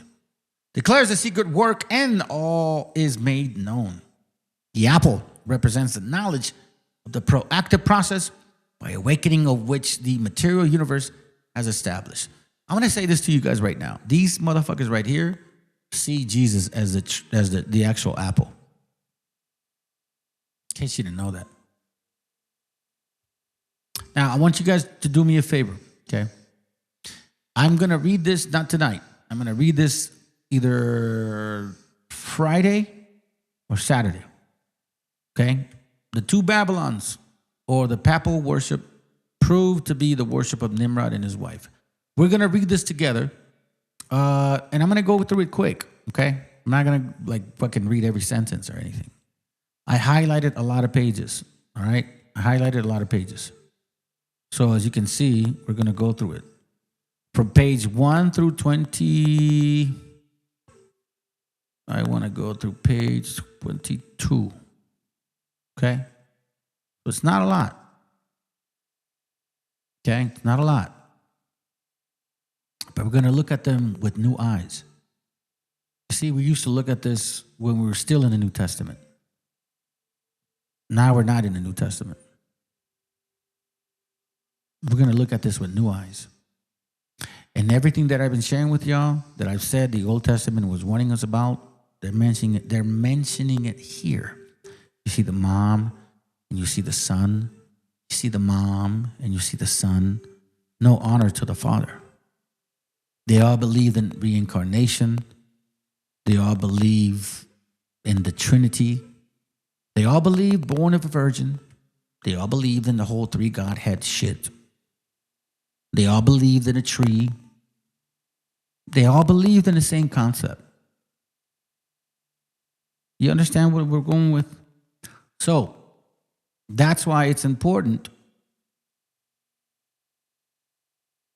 that we tackle every single thing. This right here, Babylon Mystery Religion, Randolph Woodrow. I would advise y'all, to read it again with new eyes. It's not a long book. And you'll start seeing where we're at today.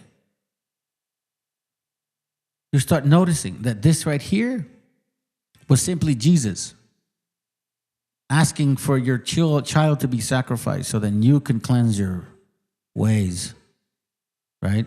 Isn't that the same concept? God sacrificed his son to cleanse your ways. How is that any different? When you look at this in new eyes, without the influence of the New Testament, then you start seeing the bigger picture. Then you start realizing how much they lie to us. International mysteries. Let me show you what this book says right here in the first page. Watch this. Oh, it's not here? What the hell?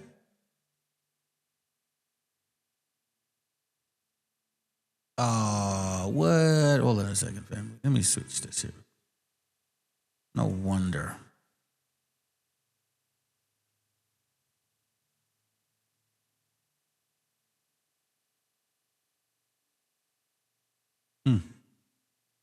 That was weird. You see that right there?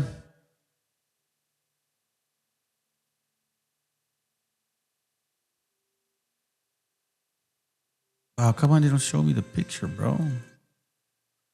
All right, well, here you see this picture, family. The mystery Jesus, you see that cross?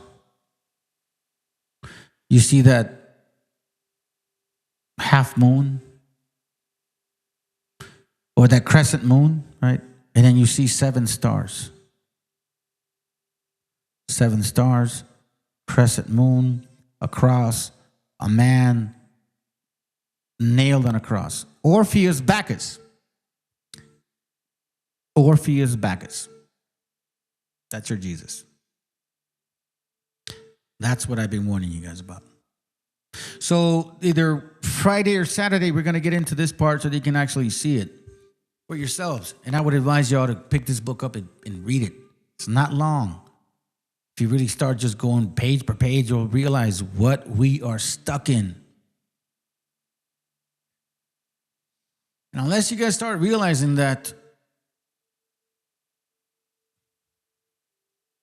you're going to be stuck for a while.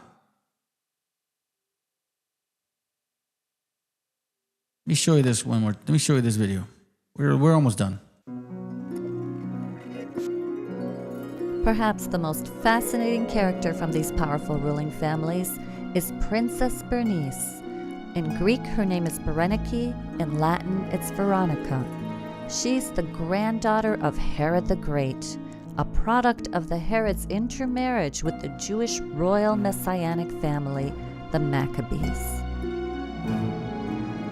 Bernice was a Herod related by marriage to the Alexanders, and of course later she became the mistress to Titus.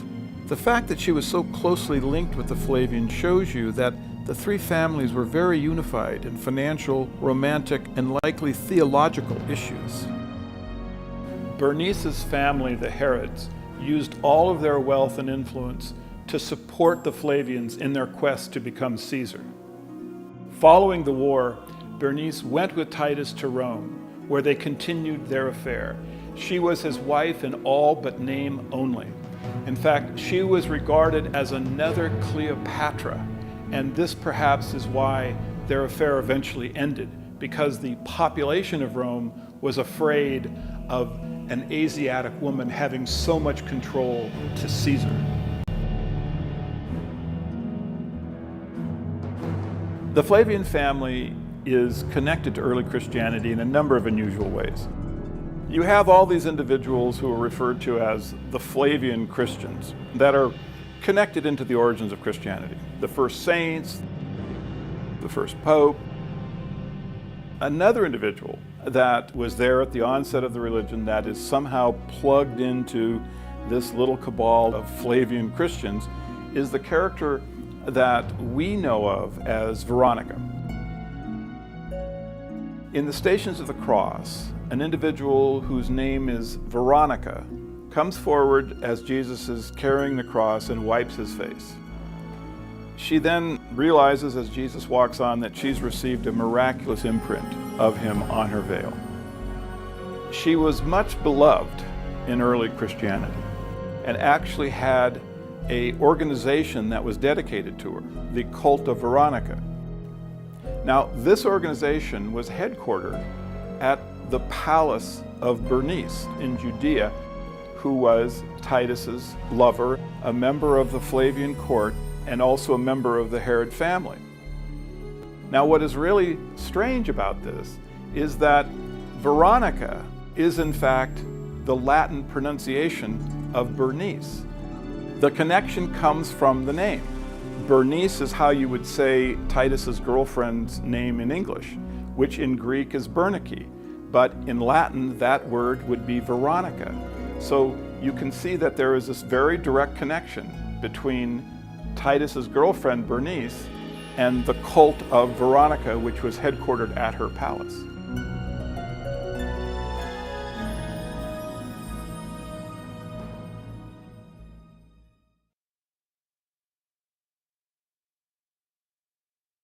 So I put the link up in case you guys want to talk about something real quick. In case somebody wants to defend this nonsense. I'm only playing little short videos. Let's continue. Princess of the Eastern Lands.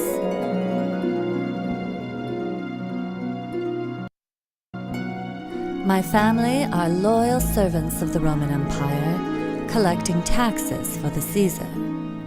But the reign of one of Rome's most decadent Caesars, the madman Nero, inspired a great disloyalty within me. For I believe that Nero's hedonistic indiscretion brought a curse on the entire Roman Empire in the form of a powerful uprising of the zealot Jews of Judea.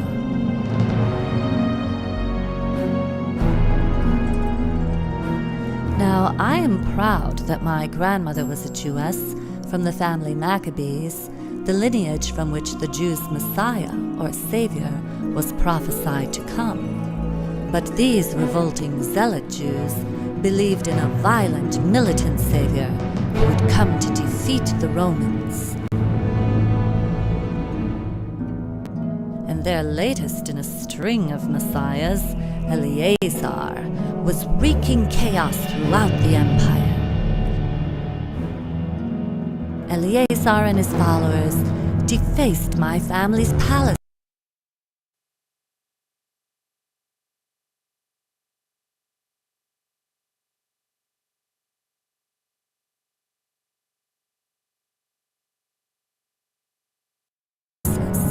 They raided my grandfather's tomb, and finally they succeeded in burning Rome itself.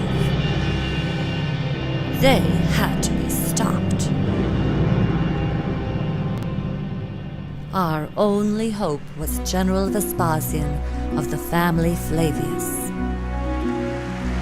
Being Rome's leading general for years, he had already crushed a religious uprising in Gaul and Brittany, completely annihilating the Druids there. So Nero called upon Vespasian to obliterate the Jewish uprising in Judea. But Vespasian had ambitions of his own to take the throne from the detestable Nero.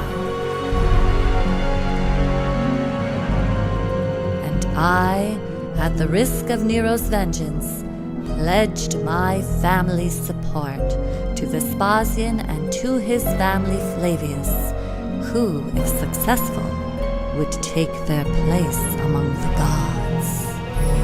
Oh, for that I have been called harlot, mistress, and concubine by jealous, ignorant plebeians, and I admit to having flirted with the attentions of Vespasian, whose strength and military power I recognized and respected.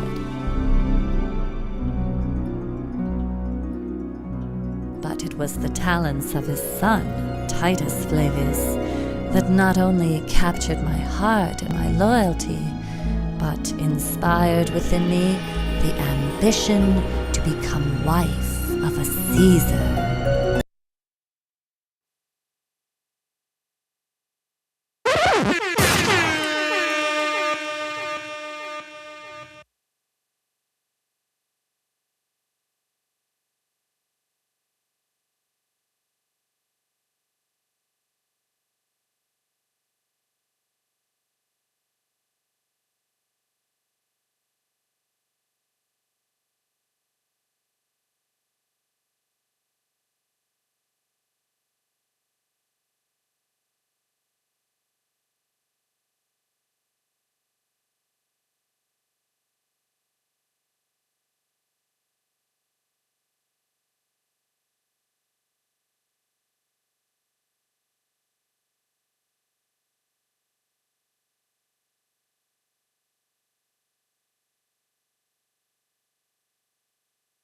and see what's there.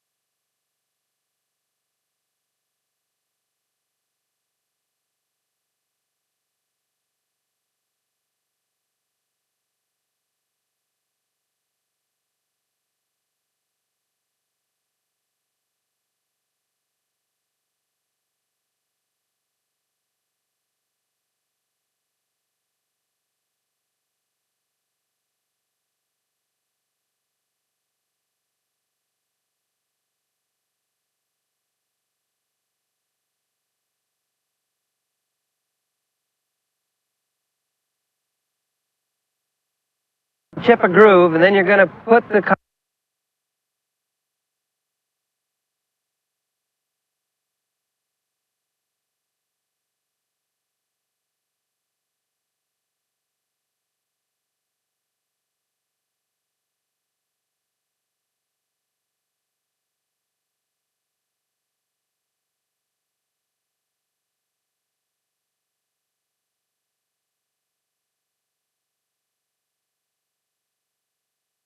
chip a groove, and then you're going to put the copper and slide it back and forth. But how, and that's going to cut the granite? We're going to put sand inside the groove, and we're going to put the saw on top of the sand, and then let the sand do the cutting. All that needs to be done is to move the saw backwards and forwards in a nice, steady motion. You don't want to lift it up and get those grains in there? No, they'll work themselves in as it goes. Yellow? Okay. Yeah. That's it. Now, the stone weights at each end of the saw are putting the load onto the sand and causes the cutting. The crystal is forced to score a groove in the stone. So the copper is only guiding the sand's doing the cutting. Right. Now, Dennis, will we see any progress in our lifetime?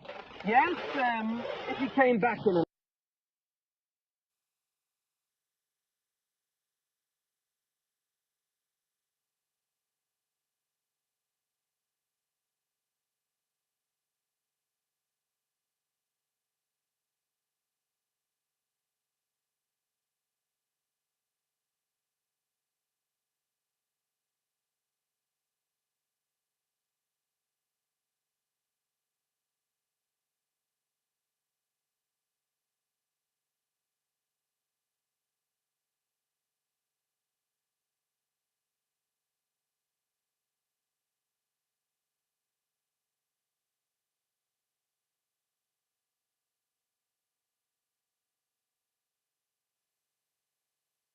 Oh man, fuck. How come you guys didn't tell me this shit was off, bro? What's wrong with you guys, bro? Shit. Hold on a second. Fuck that puto. Fuck that puto. I couldn't fucking tell me you couldn't hear my shit. Anyways, all right. So the point being is, the point I'm saying is, look, man, we're showing that our people were capable of cutting stone with basic tools like copper. The old world concept people cannot prove that there was iron here before 1492. You get what I'm saying? Right? They can't do that because then they have to go to science, but they don't want to do science. So, like, you know, they're kind of stuck. Here's a prime example. We were very capable. Now, remember, keep in mind, these guys are just working slow, dude. But if you got somebody whooping your ass in the back, you're going to be like... Our time, you would see about a 4 millimeter cut down into the stone. You're kidding. In an hour, you'll be 4 millimeters down? Well, I've been doing a lot of experiments, and I can guarantee that this will cut through the stone at about 4 millimeters an hour. Uncompleted works show the telltale signs of other tools. 8 inches. Wide and deep drill holes. More striations surround the missing core. Dennis thinks he can recreate these too.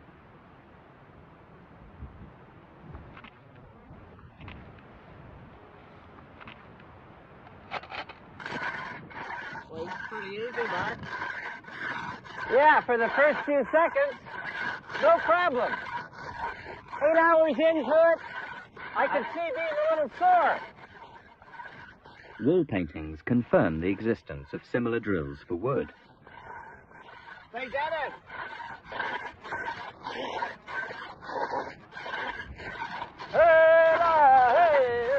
But perhaps the Egyptians had more patient or tolerant workers.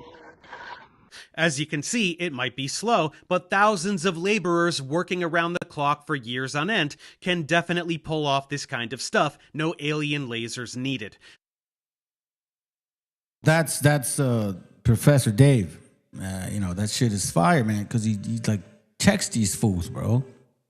Like, for real? Let's go to the next one. 17 seconds. Yep, every fucking time. Petrie is ancient. Dunn is a nut job. Yusuf isn't a stonemason. He operates a school of ancient mysticism and sells package tours.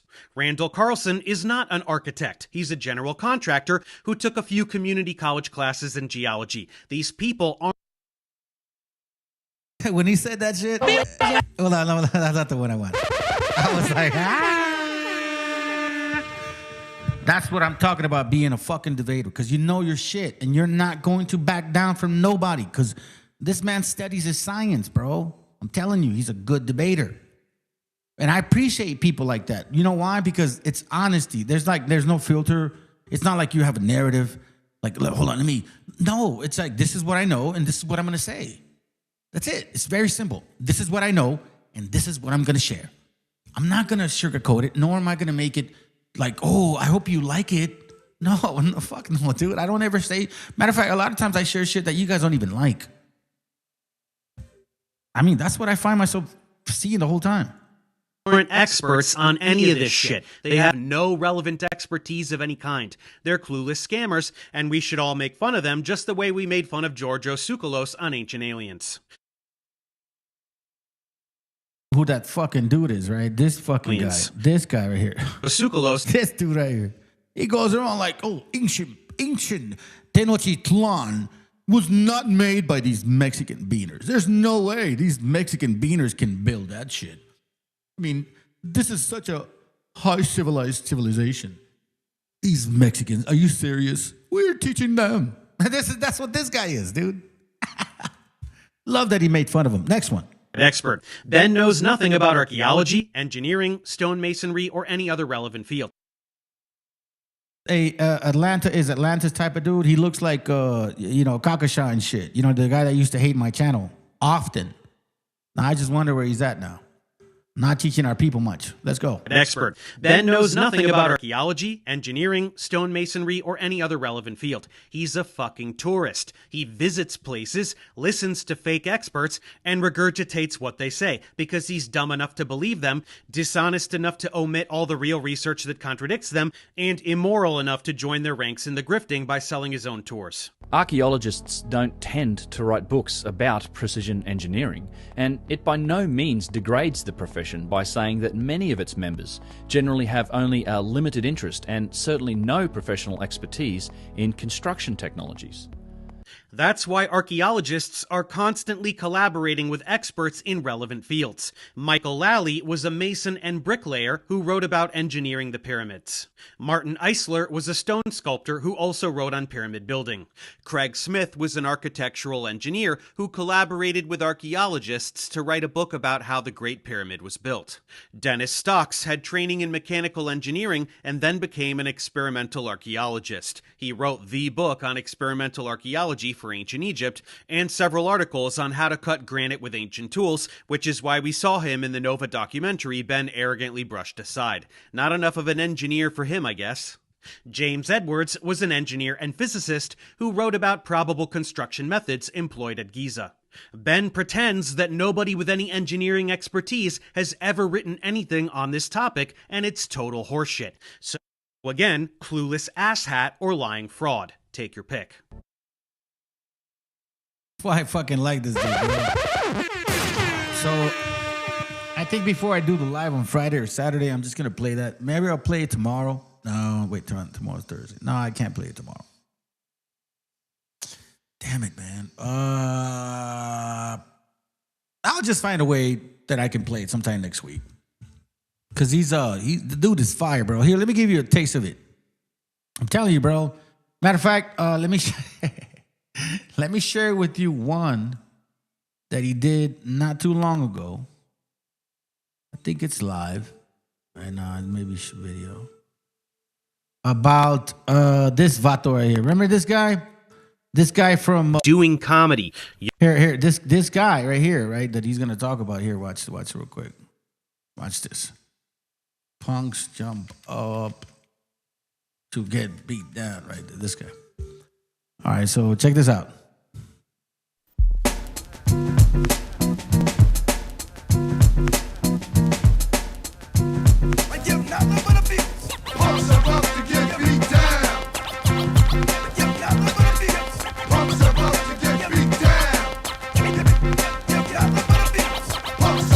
All right, so this is the group, right? So this is the group. So he's the first one that comes out. Ready? Let's go.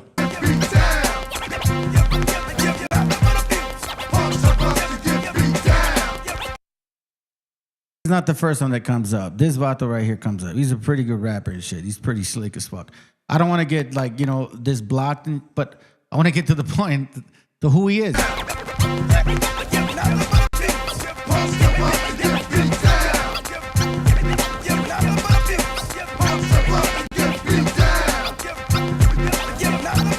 You punk, super grass, quick fast, like my name was Flash when a sucker tried to rob me for my cash. But dude, this is old school shit, right? So, anyways, this is who this guy is that he's about to like make fun of. Thought you had a sweet, big, nice pick, but you didn't anticipate that I might be sick. Now who's the trick? Cause I'm not a up. No. This shit is old school. Anyways, all right, so that's what he's talking about, right? So then he doing comedy. You're ass, bro. Nobody. He goes on his ass because he's a flat earther. It's a flat earther. Hold on, real quick. What up, bro? What up, man? Good to have you here, brother. Hold on. I don't know if you try to click on it or not. Right now, I'm just showing the videos. If you want to come up, it's cool. If not, it's all good, bro. Either way, you know what I mean? I just wanted to show the overall video. But like, let me share this. I'm just trying to share with some of these brothers like the way I like certain debates, certain styles and shit. This guy knows his stuff, right? Anyway, so he's debunking this flat earther guy, but at the same time, he does debunk Atlantis people. That stupid mindset. Like, this is the old world dumb shit. You get what I'm saying? Listen to this real quick. Debunk. And while all of them are profoundly pathetic, perhaps none so much as Lord Jamar. Well, I have another chapter in that saga for you today, so let's get started. In case you need a recap, in November of 2024, I did a reaction video about a rapper named Lord Jamar. He's a flat earther, which is the most exquisite caliber of moron alive today, and he was He don't hold back, bro. Neither should you guys, man.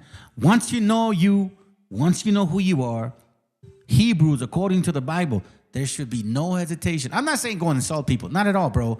But when they try to insult you, man, don't bro. Put that shit right back in that fire.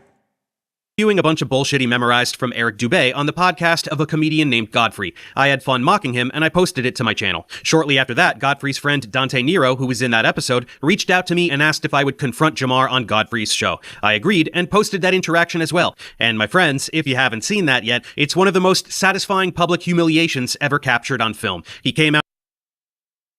Bro, it was fucking embarrassing. Like as a grown-ass man, to go around saying, you know your shit and you can debunk anybody. And then somebody that knows their shit goes and debunks you. Like, it's not even about getting debunked. It's the fact that this dude right here, este vato, he didn't prepare at all. He didn't prepare. I don't know, bro. Like, I guess he thought this guy would be like some fucking, you know, like, pinche güero. Like, he must have, I don't know, bro. Like, don't ever underestimate nobody, man. That's the stupidest thing you could have done. Not strong with some insults before he even knew I was listening. Man, let me fuck Professor Dave before he even get here. And then I proceeded to disembowel him with basic facts for 20 minutes before he threatened to leave the studio if Godfrey didn't cut me out of the feed. And he really fucking did, bro. So remember, punks jump up to get beat down. Remember? Punk ass in the flash with the name is class when the sucker tried to rob me from my cash. You know what I'm saying? This is that dude from 1990. Talking hardcore and shit. And somebody fucking checked his mind and he crumbled. It requires a force to produce an acceleration. Things accelerate towards the Earth. Density is a scalar. It's not a force. It can't make things move. Buoyancy, there's a buoyant force, but it has gravity in the equation. It Buoyancy has gravity. only exists when gravity exists. When gravity, the So, secret sauce. here's the problem with your gravity. density bullshit. You think that things fall down because the air is less dense. The air is less dense above the object too. So why the fuck don't things fall up? What, dude? I mean, listen, I'm not no scientific expert. Never will I talk about it like I fucking know. But the way that he explains stuff, because I've seen other videos, and the way that he said it right now, so like if this is a flat earth and there's no gravity, then how come shit doesn't go up? And then the fucking stupidity of this guy. Listen to what he says next. And I think every single one of you guys that has been following this channel has heard the deeper message. Dude, we are the gift of the world. We have wisdom beyond our own understanding. Our Creator, the Most High, He made sure to give us this clarity, this way of looking at people, this way of looking at it through the scriptures, staying strong, not wavering, walking through the fire. That's what's called being refined in the fucking fire. Walking through this shit.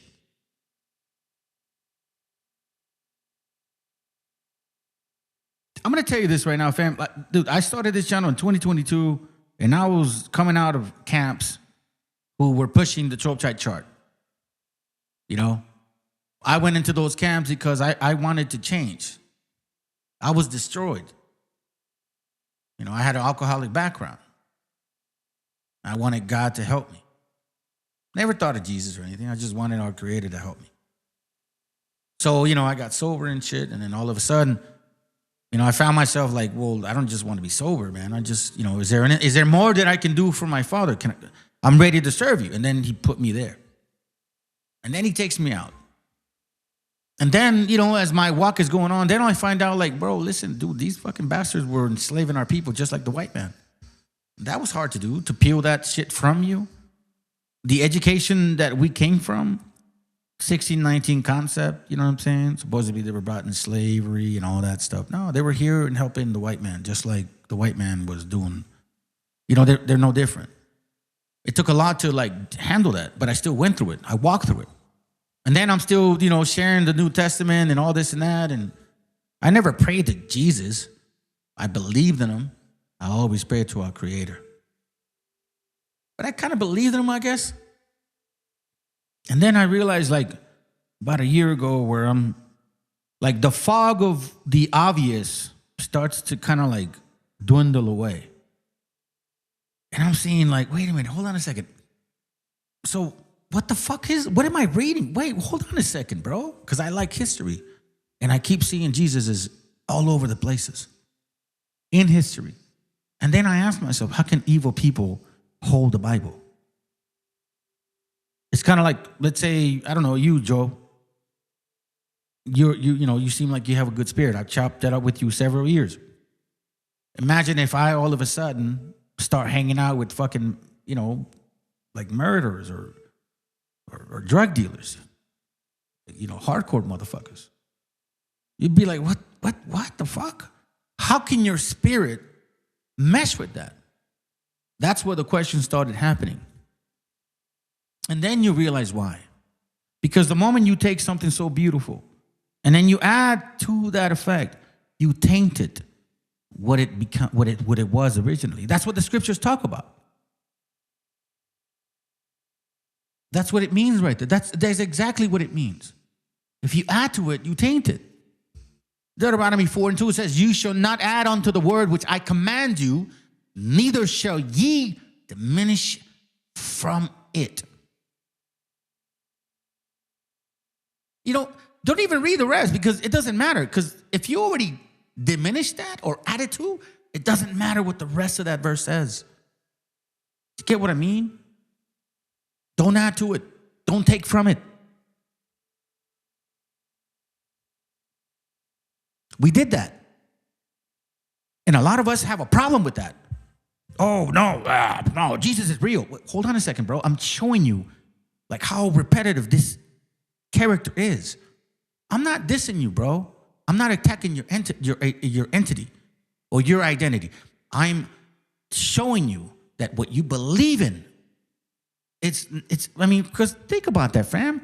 A lot of Christmas Christians, they take this Christianity like if it's them. They don't know how to separate that from themselves. Maybe that's why most of these people, I don't know, I don't really deal with them, but from what I recall, never wanted to be wrong, even in personal relationships. If you cannot admit that you're wrong, bro, then something's a problem. I admitted that I was wrong, bro. I called brothers. I said, hey, listen, bro, I apologize, first of all, for fucking probably cussing you out and shit. But I was wrong, and I see it now, so you know what I mean? Yeah, please forgive me. You know what I mean? I appreciate that, but I appreciated them because it wasn't like, oh, yeah. Nah, bro, it was cool as fuck.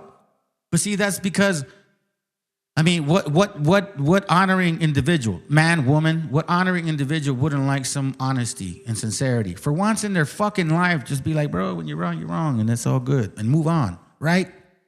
But we don't do that. Why? Because we're stuck in Christianity. That's what they make you believe. Perdona a todos, forgive everybody, but don't forgive yourself, because remember, they ask for alms. They ask for, you know, I don't know, like especially for my people, for my raza, they make our people really feel like they're slugs, bro. Like Christianity makes our people feel like you guys are the bottom barrel. Like you guys are sinners, you guys are horrible, you guys don't even measure up to the love of Jesus. You know how many razas I've met that really believe that? They fucking take that upon themselves. Like, oh no, what is it? How is it? Misericordia del Señor, la misericordia, like the mercy, bro. For real? Stop it. Y'all need to stop it, bro. Hey, what up, bro? How you doing, man? Shalom, shalom. Shalom. Shalom. Saludos. What's going on, bro? Let me close this up real quick. Let me make it, hold on. Let me do it like this. Is that good? There you go. What's up, bro? Good evening. Good evening, bro. Good evening. Yeah. Well, first of all, let the brothers and sisters know in case they're watching, man. Let them know who you are. You know what I mean? Like all that stuff. I'm Mordecai from Kai. I'm a student of the Kahai, and Banabana is my elder, and I've been a servant of Yahweh for the last 6 years. I've been, as you see, I haven't touched my beard in 6 years. I don't mar my beard. I keep my tzitzayas on the four corners of they call them fringes. You know what I mean? But they're supposed to look like locks. So let me ask you real quick on that. I'm glad you brought it up. When you wear them, right? When you wear them, when do they come useful to you? All the time. Well, basically, if you share it. Go ahead and share it. Let me pull up the scripture, and I want to put it in the screen so everybody else could see it also. Hey, but do me a favor, brother. Also share what it means to you, right? You know what I mean? Like do that because our gente wants to see that too as well. They want to understand that. Okay. Let me open up here. Click on that. All right. Now we're gonna type in fringes. FRINGES. Hold on, let me make yours. This is gonna pop up Numbers 15:38 and Deuteronomy 22 and 12. We'll start with the one in Deuteronomy. It says, "Thou shalt make thee fringes upon the four corners of thy vesture, where thou coverest thyself." Okay, so that's talking about fringes. Now we're gonna go to the one that I want you to see is Numbers 15:38, and we're gonna pull up the entire thing because it's also Numbers 15:39 also. So it says, "Speak unto the children of Yasharal, and bid them that they make them fringes in the borders of their garments throughout their generations, and that they put upon the fringe of the borders a ribbon of blue. All right, let me continue. And it says, and it shall be unto you for a fringe, that ye may look upon it, and remember all the commandments of Yahweh, and to do them, and that ye seek not after your own mind and your own eyes, after which ye used to go whoring, that ye may remember and do all my commandments, and be holy unto your God. I am Yahweh, your God, which brought you out of the land of Egypt to be your God. I am Yahweh, your God. And this fringe, I want to show it to you. If you could see, I have all these different colors within, but I got this one blue fringe that is cut going through the entire Titayat. This one blue fringe, it it can be seen all through. Let me pull up another one so you can Wait, see. wait, hold on. What? So first, hold on. Before you move on, put that verse back, or what the one you were looking at. Here, matter of fact, I'll play it. Here, hold on. Let me see if I can get it real quick, so you don't have to stress it. I'll pull it back up for you. Numbers 8. You were Numbers 18, right? Numbers 15. 1540, 1538. Yeah. 1538 and 39. So on verse 39, it says, let me read it. And it shall be unto you for a fringe, that you may look upon it and remember. So that's what I was asking you. That right there. Because I think it's important for us to teach our people what that means. So like you have them on your show, on your waist. Yeah. How does that help you by having them? Well, number one, it's a commandment. So right. We got that already. It shows that, you're able to listen to what Yahweh commands you to do, and that you do it, because it's through your generations also. And it's a fringe that it's talking about, the fringe of blue, and you can see the blue that's all through my fringe. And even in this one, you can see it a little better, because the blue is all through the fringe, all through that fringe. That blue goes all through it. Now, the reason why you're supposed to look at that blue, for instance, let's say you used to smoke cigarettes, right? And knowing that the smoking a cigarette can produce a malignant cancers, malignant diseases and stuff. And those are unclean demons that are attacking your body. Right. Now, anytime that you say you want a cigarette or something, you're supposed to look at that fringe and remember all the commandments. Yahweh, God. Let me pause you.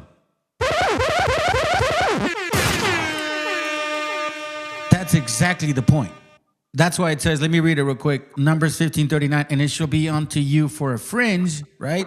Like one, for example, even though many of others, that ye may look upon it and remember all the commandments of the Lord and do them, that ye seek not after your own heart, meaning your own mind, and your own eyes. Because what is, like, for example, what is a camera? When you click on that shit, like, it takes the first image that it sees, correct? Correct. And then it goes to the main brain, and then that's what it prints, right? It's the same concept with the way that we are. That's why it's literally saying to you, like, whenever you go through like that sin, like what you said, hey man, if I ever get tempted by that shit, just go onto the fringe.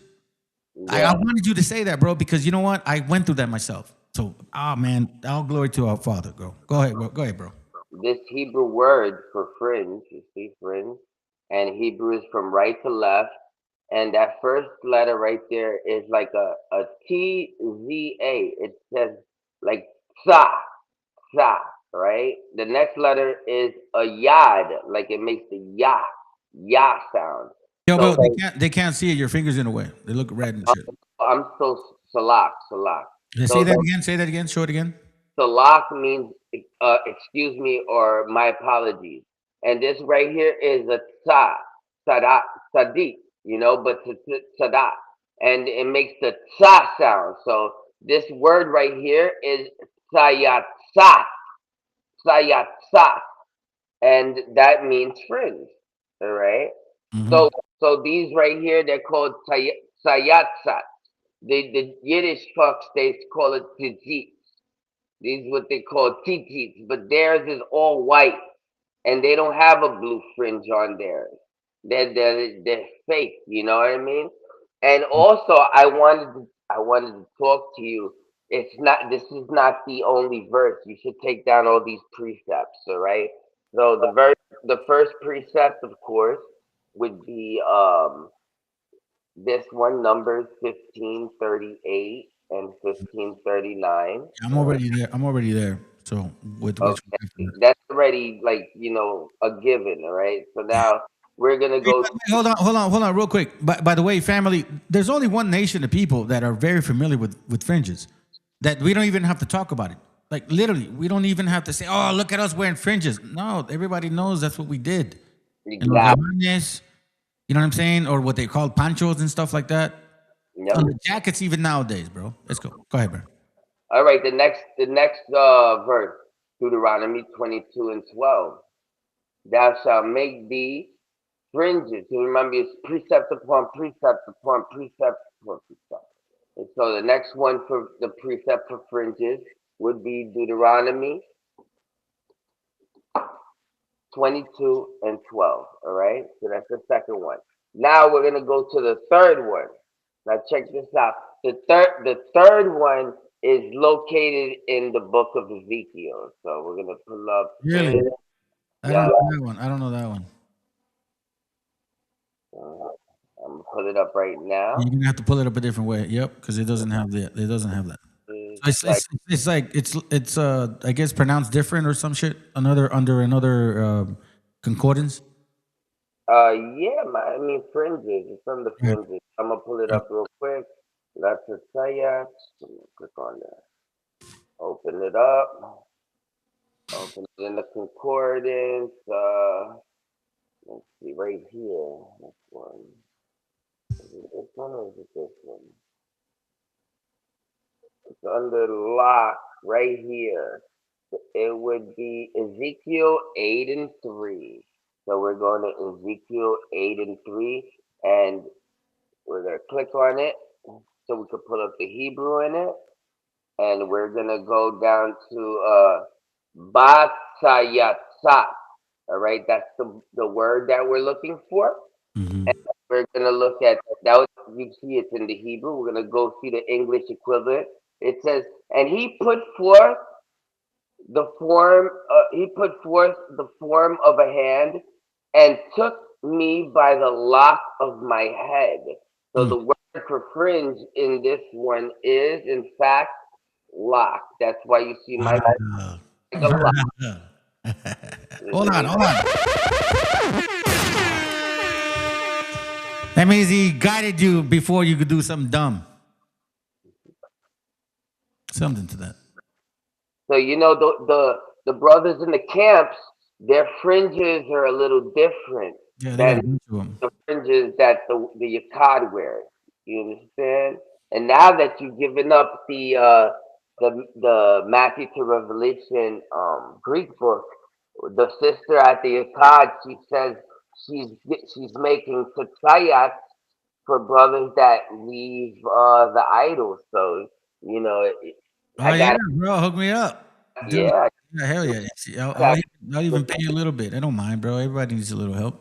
You know, 7, 8, $10, whatever. How much it take to make do that? Like $4? You know, got to do the string and the time and all that. I literally went and I bought these so I could start making them also. You know what I mean? And this bag was like $15 for all of them. So you know what I mean? Hey, but you know what? The most important thing was what I initially had asked you, man. Exactly what do they mean physically for us as people? And you said it. You know, like they're there to remind you, just in case you get tempted and you're battling with something, you have that to say, hey, oh man, God. You know, because like I'll say it like this, bro. If there's anything that's going to help you, it's going to be outside of you. Pero es más importante. There's something more important is what Yahweh thinks of you when he Right. looks down and he's like, wow, what a curious guy. He's different from everybody. He's set apart. He's actually doing what I told him. I told them to put on Tzayas and look at him. I'm looking down. He's the only one that's doing him out of all of them. Look at that. I definitely got to save him. I got to write his name in the book. And that's what it's about. You know what I mean? And the most important, have you found how it is you're supposed to get the name of Yahweh out of the scriptures? Now you share it, bro. Go for it. Go for it. All right. So if we go to the book of Zephaniah, all right, we're going to go to Zephaniah chapter 3. Zephaniah chapter 3 is very important because it speaks about the remnant. Let me type it up real quick. Zephaniah 3. Now, what's very important about Zephaniah 3 is when we scroll up, we see the remnant of Israel. So we know that Zephaniah chapter 3 is talking about the remnant of Israel. Now, we scroll down to Zephaniah 3 and 9, and we see, for then I will turn to the people. Now, I could tell you, because I read Hebrew, that's a mistranslation right there. So we're going to open it up, and I'm going to give you my translation, because it's a little better than their translation. So the very first word is kai right there. Kaya'az. It means for then I. The next word, ahafat. It means to turn. The next word is Allah al-mayam. Now this word alma, this word right here, I'm pointing it to it right there. Now that word means Highlight it for the people. Let me do it right now. Hold on. All right, it's highlighted. All right, I'm gonna make it. That's called Alma right there. Yeah, this code is called Al Mayam. Almayam. So that's a spirit, something. Well, Al Mayam, it means people. All right, but when you have the yad right there, this thing right here, it means my people. It's like anytime you have this, it could be like my people, my foot, my arm, my whatever. You know, but these two words right here, these two letters, that means people. So because you have the yad right there, that means my people. This M at the end, it's the plural form of my people. So it's all my people. So it says, I will turn my people, all my people, to a language. The next word is Shafah. Shafah means a language. So Yahweh is turning his people to a language. The next word is Barawada. Barawada. We roll the R's like the Boricuas, or like I'm sure you roll your R's too, right? Oh yeah, R, güey. R. Exactly. So this word is like the Boricuas, BRWRH. Barawada. You know what I mean? It means pure. All right. Like, So kind of like by the water, by the water. like by the water, exactly. This is Barawada. All right. Now the next word is Laquara'a. Laquara'a. If you see, it looks like an R, like a backwards R right there. Laquara'a means to call out with your voice. The next word, Kalam. Kal means everyone or everything, all together. Kal. The next word is Basham. Now I know you come from one west, and they all say Bashem, or what is Yahweh Bahashem Yahweh Shai. They always say that shit. You Yeah, know? I came out of IUIC. They never actually practiced that shit. Oh, because they don't speak Hebrew. Yeah, they're like Jesus. Yeah, yeah. Well, that word Basham, they usually say Bahasham. But Yeah, it's, Hashem. yeah, but this is Yahweh Shai and some shit like that. This is Basham. It means the name. All right. The next word, we're not is Yahweh. So Basham Yahweh, not Bahashem Yahweh Shai. Nah, this is Basham Yahweh, the name of Yahweh. So Yahweh is saying, I'm going to turn the people to a pure language so they can call on the name of Yahweh. The next word is La Albadao. La Albadao. This word Albad in the middle, it means slave or servant. The next word is Shakam. It means to consent. The next word is Akkad. That's what the Yiddish fucks, they say Echad. They say, oh, that's the number one. Or alone, together by itself, Akkad. So that's the correct way to say is Akkad. Because, you know, there's no E's. They just making shit up. Yahweh said, don't add, don't diminish, don't subtract, and don't add. So Sure. they even means the vowel sound. Don't be adding shit to the letters. You know what I mean? Yep. I read that earlier. So this right here is a pure language that Yahweh is turning his people to. And this pure language, this ain't the modern day Hebrew, because remember, they added a whole bunch of shit in the year 600 CE to the alphabet, and that's called the Matrix Lezione and the Masorite dots. You know what I mean? So all of that is garbage. And when we go to the book of Isaiah, so now we know it's a pure language, but you don't know the name of it, right? All you know is it's pure. So I'm going to show you where you can find the name of this pure language, all right? So you're going to go to the book of Isaiah. Let me pull it up. Isaiah. ISA. We're going to go to chapter 19, verse 18. And this is where you're going to find out the name of the pure language. All right. It says, in Isaiah 19:18. We're gonna open up the Hebrew because we don't really need the English. It's all perverted anyway. So the very first word is bayawam. Yawam, it means day. The second word, hahawa'a, it means in that. So in that day. You see this? In that day. So this was a future prophecy. This was a future prophecy, all right? At the time, not now. Now we're in the presence of the present day of this future prophecy. The next word. Remember, there's a verse in Exodus 3:14. It says, "I am who I am." You know, I remember that. Yahaya, you know, Ahaya, Ashar, Ahaya. Well, this right here is Yahayaw. Yahayaw is there will be. Okay? So now in that day, there will be. Yahayaw means there will be. The next word is Kamash. Now the Yiddish would say that's Chamesh, but we don't follow those fucking small hats. So that's Kamash. Kamash, all right? So that means number 5. Now you know the number 1, Akkad, and you know the number 5. Yeah. Kamash. Kamash is the number 5. The next word is Al Rayam. It means cities.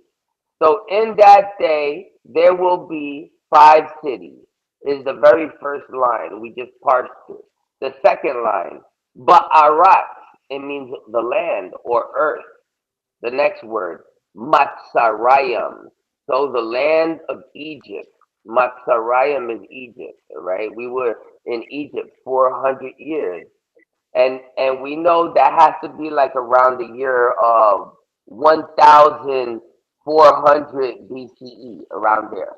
You know what I mean? Because David was around like 1000 BCE. So, you know what I mean? 400 years before that, you know what I mean? Next one,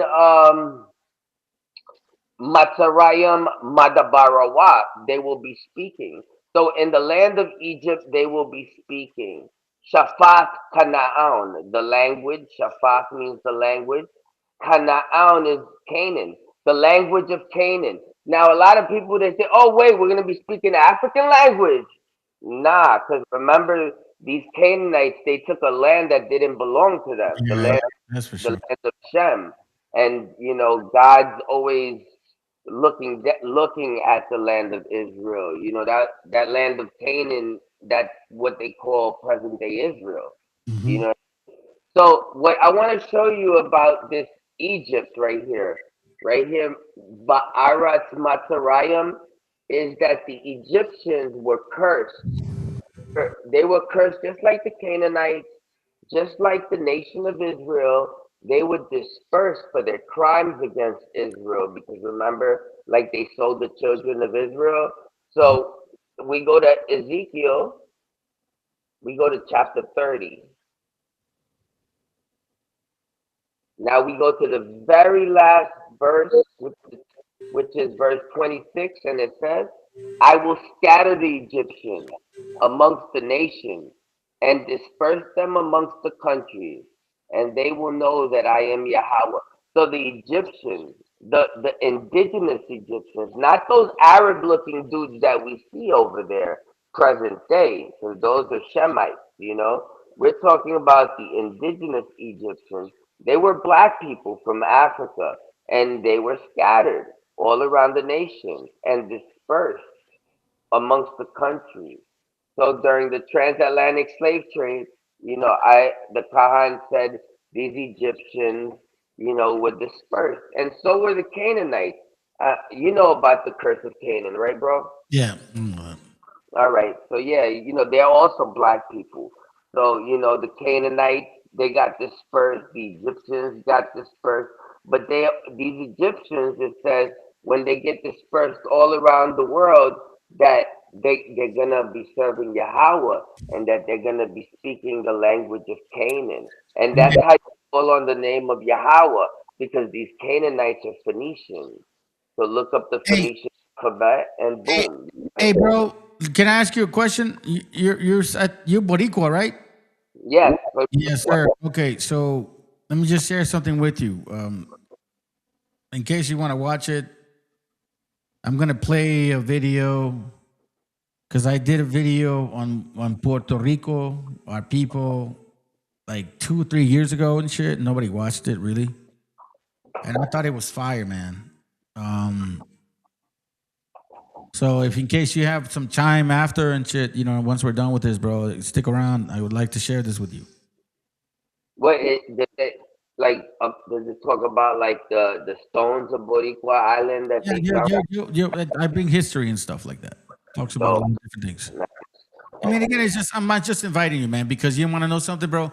I think okay, so here's how I look at things, bro. We are in the position where we can bring all of our fucking tribes together. You know what I mean? And there's no reason to like I don't know, bro. Like a lot of our gente has a problem with promoting other gente. You know what I mean? They have a problem with complimenting people. Do you understand what I'm saying? Right? In Catholic Church, they're in the churches, bro. Right. Exactly. Like they have it's hard for them to show love because this is what Christianity has done. Individualism. You know what I mean? Like they taught us to have a problem with ourselves. When in reality, dude, we're just naturally like this. So I want to share this video with my brethren because look, it's 10 o'clock. I'm not trying to cut you off, but I wanna play this in the next 15 minutes. So si quieres, let's give us some 15 minutes of your time. I want to play this after you because I want to kind of show some Boricua shit. I think they did like a Boricua parade over the weekend, right? Something like that. Yeah, June 10th. Yeah. Our gente needs to hear this, bro. You'll see how I brought out documentation regarding eugenics, how they were like fucking straight getting into sisters, uterus and just destroying them, bro. Yeah, they were doing evil shit to the weak. Yeah, there's a lot of shit that our people went through that they don't even realize, bro. Oh shit. You there?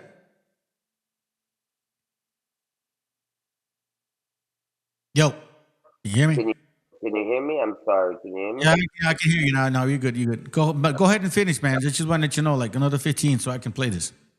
No, I'm done, bro. You can play the. Are you done? Are you good? Yeah, you good, bro. Okay, cool. All right, pues, ¿sabes qué? Hold on, let me see. Hey, Joe Ray, you want to come up, bro? Like, because you told me you wanted to come up. I don't know if you want to come up. This brother right here, man, he's a good brother. As far as I understand now, he didn't subscribe to the New Testament. He was always kind of like back and forth, but now he says he's solidified on that shit. Bro, I've actually talked to like about 6 brothers that have said, yeah, I'm glad you said what you said, bro. They put that shit down, man. Seriously, like about 6 brothers, bro, that I talked to. That's some crazy stuff, man. That's good. And also, we got some more firepower I wanted you to show you. You know, like, because they always say that Jesus never was without sin. Yeah, but we got. That's what I told you. That's what I told you, bro. Hold on, brother. That's what I told you. You got 15 minutes. Rip it up, bro. Share it. You got 50 minutes. But at least that's what you say. I'm cutting you off early. Go ahead. Go show us. So in Exodus 20, it says, "Thou shalt not steal." You know what I mean? And a couple of verses later, it says, "Thou shalt not covet thy neighbor's house. Thou shalt not covet thy neighbor's wife, nor his manservant, nor his maidservant, nor his ox, nor his ass, nor anything that is his neighbor." Now, the reason why I'm getting to this is because not only did Jesus break the commandments of stealing, and he also made his gang of his disciples steal. So they on their hands, because remember, they stole a coat. If you go to the book of Matthew 21, 1-3, they stole a donkey and a coat. You go to Mark 11. So we go to Mark 11, 1-3. Let's go to Mark 11. And it says right there, "And if any man say unto you, and say unto them, Go your way into the village against you, as soon as you enter it, if ye find a coat tied wherein no man has sat on, loosen it and bring him. If any man say unto you, Why do you do this? Say that the Lord hath need of him, and straightway he will send him hither." So it also says this in Mark 11, Luke 19, 29-31, John 12, 14 and 15. So, hold on, bro. Let's read that again. It says, Mark 11, 3, it says, "And if any man say unto you, Why do ye do this? Say ye that the Lord had needed of him, and straightway he will send him hither." I stole your fucking goat. Why are you doing this? Because God told me to. God told me to. Right? That's what he's saying? Yeah. Hold on. Fucking thief. And he sent his boys to do it also. That's the crazy thing. So not only does he steal from these people, but he makes his boys, his disciples, his gang of disciples, steal a donkey and a coat. And supposedly it's so Zechariah 9:9 could be fulfilled. But, you know, if Zechariah 9:9 is speaking about King David or King David's disciples, if I remember correctly, King David put his son on a donkey, and he rode into Jerusalem on the donkey. So on his own donkey. So, you know, it's just a bunch of plagiarism. People have been following this for the last 2,000 years, but no more. You know what I mean? Our people need to get out from the spell, get out from under the spell, and they need to start coming back to the Torah. That's it. Get out of the way from the spell. Because look, we've been following some dumb motherfuckers, man, since 1492, you know, when they showed up and they fucking supposedly claimed that they civilized us and made us all better by their light white skin. Then you find out exactly how crazy and nutcases they are, bro. Yeah, we can't be following them no more. We got to understand that the Greeks were the enemy of our people. And the only reason why they got that blasted Septuagint copy is because they attacked the nation of Yasharal, and they took us and they took our Torah from us. And it wasn't until the Maccabees they fought to get the law and the Torah back. So even though I don't like to big up the Hasmoneans at all, because they didn't do the right thing, the Zadokites should have kept the charge, like they actually did. But they had to go to Qumran, to the Dead Sea. They had to separate themselves to do the right thing, and Yahweh realized that they did the right thing, and he wrote it down in the book of Ezekiel. He said that they're the only ones that are allowed to minister to him, the Zadokites. So what are the chances that they'll get it right this time if they got it wrong last time? No, they got it right the last time. It says they got it right, bro. Yeah, in the book of Ezekiel, Ezekiel, Ezekiel 44. It says that when everybody went off, when everybody did the wrong thing, that the Zadokites did the right thing. And because of that, they're the only ones that are allowed to minister to him. They're allowed to come forward to offer the blood and the fat, saith Yahweh God.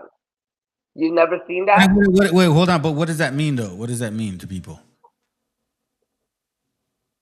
Well, when the Messiah comes back and the books are read, it says in Ezekiel 45 that the prince, which is my understanding that King David, that he will offer up a bullock for the sins of himself and for the sins of the congregation. Because nobody is without sin, bro. Ain't nobody perfect. I know, but I thought I asked you a different. Oh, well, hold on. Let me see. Hold on. So you said earlier that the Zadokites were the ones that supposedly had. So that's what I was asking you. So I don't understand that. What do you mean by that? Yeah. Okay. So now, my leader, the Kahan, he brought this out 11 years ago. This is why, he's our leader, because he brings out prophecy. Nobody else has done that. Right. So in the book of Ezekiel, chapter 44, verse 15, it says, "But the priest," and they won't show you this in Catholic school. They won't show you this in the synagogue, and they won't show you this in the Islam mosque, because they want your money. They want to control you. They don't want you to know that you're supposed to follow the Zadokite priests and the Dead Sea Scrolls, because this is what this is telling you, that you got to follow the Zadokites, and the Zadokites left you the Dead Sea Scrolls. So it says, "But the priests, the Levites, the sons of Zadok, that kept the charge of my sanctuary when the children of Israel went astray from me, they shall come near to me to minister unto me." Yeah, but hold on a second. So let me say this, just to let you know, bro. It sounds like that he's like the medium again. Like he's like in between the conversation between the people and creator. Is that correct, or am I misunderstanding? As far as the leaders, No. I'm not talking about leadership. I understand leadership. I'm talking about the communication with our creator. I hope that our people don't misunderstand, in case you're saying it a certain way, as if they need to communicate with him before they communicate with our creator. Well, it's kind of self-explanatory. Yahweh says he's dealing with the Zadokites. So if we wanted to get our information, we'd have to get our information from the Zadokites that left it to us. Right. So then, but hold on. So then, these guys left it to us. Let me say this. So then that's contradictory to Jeremiah 31:33. No, it's impossible for it to be contradictory, because if you look at the book of Daniel, in the book of Daniel, it talks about a Messiah figure coming. Right. And that Messiah is the Messiah that left us all the prophecies in the Dead Sea Scrolls. So here's where I have to say this, brother. But we're going back to Christianity then. So then there's like middleman. No, Christianity is There's not a middleman somewhere on here then. Christianity is not part of the Torah, brother. I understand, but what are you saying is there's a middleman here. See, what I'm trying to help at least understand the people that listen to this channel is as what they're hearing. You see, we've been talking about a middleman for a while. Like a middleman. Well, the middleman is the nation of Israel. The nation of Israel is the anointed. Right, We're the ones that are light. We're the light, and we're supposed to shine the light to the Gentiles. That's Isaiah 49. Right, but you're saying that the Zadokites are the ones that have the communication between the people and him. Well, the Zadok, one particular Zadokite, it says here. Let me pull up the scripture for you. But scriptures say no. No, scripture there's says nobody. yes. There's nobody in between. Says you need to understand that the Torah speaks about a messianic figure, and this messianic figure came to the world and basically left us all the Torah rewritten. And also before he came, Ezra came, and Ezra rewrote all the Torah because everything had been burnt before. And he's a Zadokite also. So let me pull this up real quick because I want you to see this. This is very important. This is from the Dead Sea Scrolls, written by the Messiah. So it says right here, behold, the nations and see, marvel and be astonished. For I accomplish a deed in your days, but you will not believe it when told. Now, the Messiah used to read the Torah and then interpret it to how it pertains to his life at the time, and then how it would pertain to the future. So the next one is how it pertained to his life at that time. Interpreted. This concerns those who were unfaithful. That means those are the people that were unfaithful to God and didn't listen to him, together with the liar, in that they didn't listen to the word received by the teacher of righteousness. The teacher of righteousness is the Messiah that came back then, and he's in the Dead Sea Scrolls. It says the teacher of righteousness from the mouth of God. Wait, pause. Who is this teacher of righteousness? I'm not allowed to give you the name, but until further notice, I know who it is because the Kahan specifically told me, that I got it right, that I know who it is, but he gave me an order to not disclose it. And my elder, Banaban Angel, he also gave me an order not to disclose the name. So then let me ask you a question sincerely, brother, because I don't want to put you in the spot, but how is that any different from the mystery teachings and shit? Like, certain mysteries should be revealed to you, but certain mysteries should be revealed to those. Well, in the Dead Sea Scrolls, it speaks about like mysteries being revealed to the children of Israel, to the sons of Adam. Yeah, I'll pull that up for you too. But let me finish this, bro. Let me at least finish this. Go ahead. All right. So it says, they did not listen to the word received by the teacher of righteousness from the mouth of God. And it concerns the unfaithful of the new covenant. And it's kind of weird because that's what they call the New Testament, the new covenant, Christianity. And it concerns the unfaithful of the new covenant in that they have not believed in the covenant of God and have profaned his holy name. And likewise, now this covenant is the covenant he made with the Zadokites, and his holy name is Yahweh. This saying is to be interpreted as concerning those who will be unfaithful at the end of days. So now he's talking about the end of days, and we're in the end of days now, right now. So listen, the men of violence. So we're not supposed to be violent at all. The men of violence and the breakers of the covenant will not believe when they hear all that is to happen to the final generation. That's the last 100 years, from the priest. And this is eerie because the Kahan, he always tells us, just call me the Kahan. And the Kahan means the priest. So it says the final generation from the priests, in whose mind God set understanding, that he would interpret all the words of his servants prophets, through whom he foretold all that would happen to his people and his land. So this is a prediction about a priest from the last generation, that Yahweh would put understanding in his mind to teach us all the things that we need to know about, in the end times, you know what I mean? And the Kahan has videos that are 10 years old, all those videos.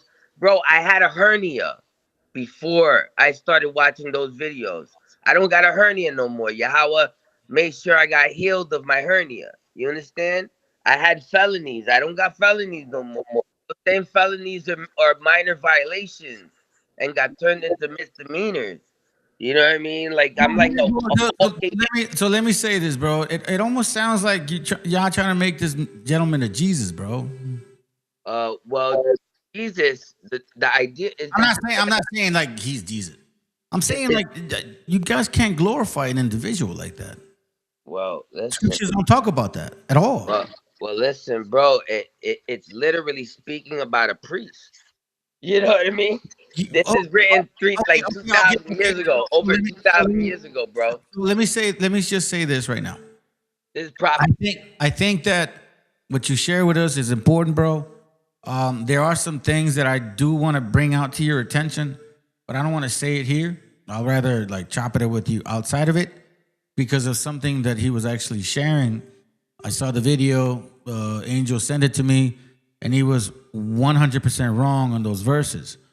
So then, that's why I'm like, okay, well then, you need to really reassess when you're saying that this is a man that says 100% shit is legit. I don't believe that. Look, hold on. Listen, bro. Listen.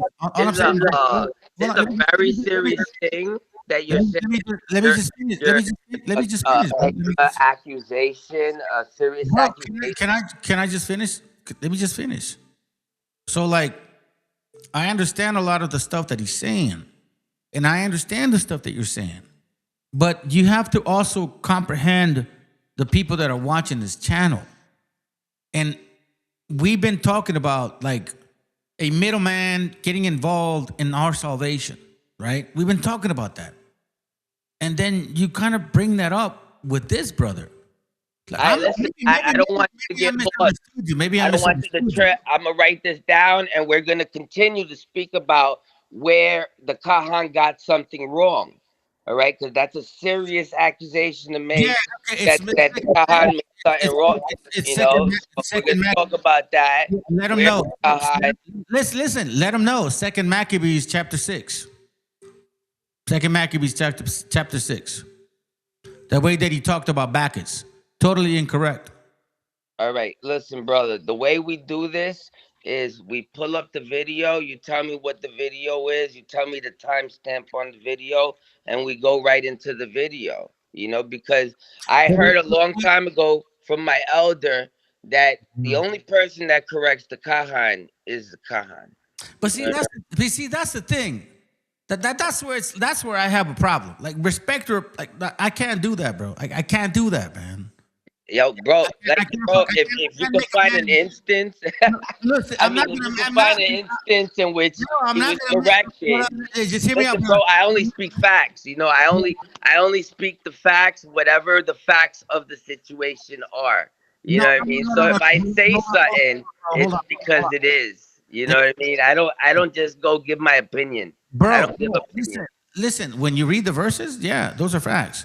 But when you add to them to say that he is like the medium, like that's when I have a problem. All right. Well, when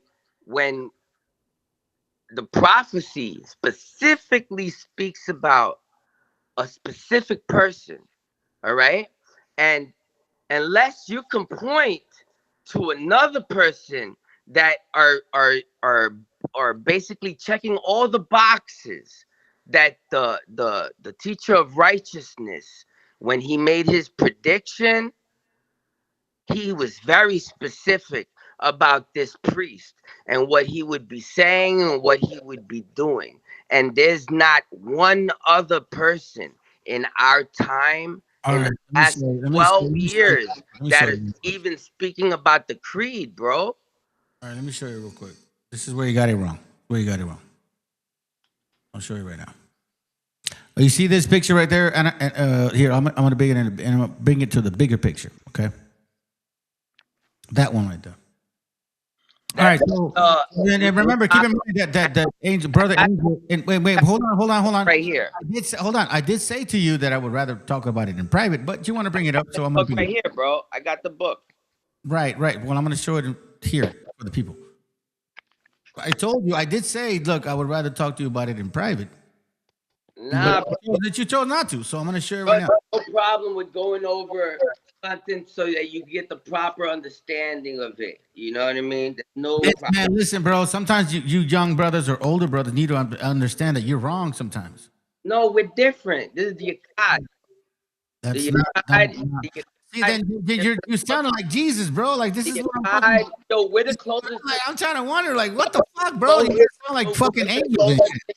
Jesus that you're gonna find in your life. Okay, so here we go. So go back to that class that Angel sent to me, and I saw your Kahan talking about this right here, right? It's not my Kahan. Hold on. The Kahan. Bro, no. The Kahan. You know No, what? no, I'm not there yet, bro. Chill out. I'm not there yet. Okay, we're talking. All right, so he brings out 2 Maccabees 6. And he's talking about how the Israelites were defiled. He says here in verse 7, and I will text you the video that I'm talking about. Okay, he says as it says, 2 Maccabees 6:7 says, in that day of the king's birth, every man they were brought by bitter constraint to eat the sacrifices, and when the feast of Bacchus was kept, the Jews were compelled to go into procession to Bacchus carrying ivy. So he said that, see, this is that whole procession of Jesus. Every month they were celebrating the procession of Bacchus. He didn't even say Jesus or Dionysus, by the way. Wait. I'm not done. Let me finish. All right, so he didn't identify Bacchus. He didn't know who Bacchus was. He didn't call him Jesus. He didn't call him, Dionysus. He said that in this verse that the king was making them celebrate this man every month. And that's incorrect. That's not what he did. The king's birth was every month. So for example, let's say I'm born July 7th. So every month I made people celebrate my fucking birthday on the 7th. And then on top of that, after bitter constraints, he also made them fast for Bacchus, which is Dionysus, which is Jesus. And the Jews compelled to go in procession to Bacchus carrying ivy. He did not say that this was a separate situation. He said this was a complete situation in one, which means that he's assuming that they were all celebrating Bacchus every month. And this is what I'm talking about. 100% incorrect. 100% incorrect. Bro, that's not what it's saying. Wait. Hold on, and then I'm almost done. So this is what I mean, brother. This is what I mean. Yeah, I'm willing to be wrong. Everything, bro.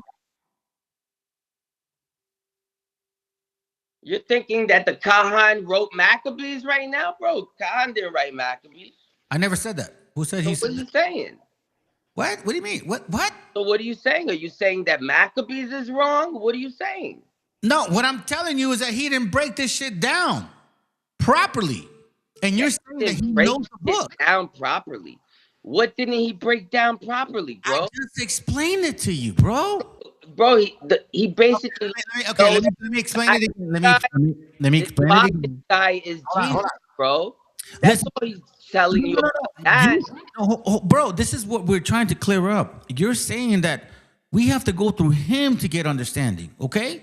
So I'm sharing with you right now. Yeah, you would not even know about anything if it wasn't for the Kahan. You wouldn't be even talking to me right now if it wasn't for the Kahan. He's the one that brought this all out. I'd still be in Christianity right now, bro. I'd still be worshiping. Hold on. Okay, so here's my problem. See, don't do that. I'm just bringing up the fact that your The angel, fact, bro. It's angel just the sent me facts, the bro. video. It's just the facts, bro. You know what I mean? Well, it's not like facts when you certain fucking things. okay. Certain Then angel, then do yourself. Your God and my God, he did certain things so that we wouldn't have to question these little small things. Like for instance, when the Kahan came out 12 years ago. You see, that's the thing, bro. You want another Jesus. Hold on, you're interrupting me while I'm talking. Wait a minute. I didn't even get to finish my fucking statements, bro, and you cut me off. When you stop talking, then another person talks. You know, right? But I wasn't done. I wasn't done, and I told you when I'm done. I'm gonna pause what I'm saying, and I'm gonna continue. All right, and then I'll continue after you stop again. Go. Continue. All right. Once again, 2 Maccabees 6:7. Your man, right, said that the king's birth every month was to celebrate to Bacchus. That's not the way that verse is broken down. So what I'm saying to you is this: if we're supposed to get the food, quote unquote, from him, the understanding of the scriptures, how the fuck can we do that when he got that wrong? Look, I'll send you the video, brother. That's what I said. That's what I was telling you. I don't want to say this right now. I'll send it to you. Bro, do you understand that he's the Kahan? All right. That nobody else. Martin, stop. Listen, dude. I don't care. Martin, listen. I don't give a fuck. Listen, Martin, my brother, I love you, bro. But listen to me. I don't give a flying fuck. There's no doubt that he's. Listen to me. There's no doubt, even though you don't want to follow it. I don't give a fuck who he is. You got in your life. He's just a human being, bro. He's a fucking beaner, wetback, just like you and I. There's no medium involved. You could get information from. No, bro. What you're saying basically is he's salvation. Instead of questioning this, because I understand you question miracles. You know, I understand you could question a miracle. But when nobody else does, it's a miracle.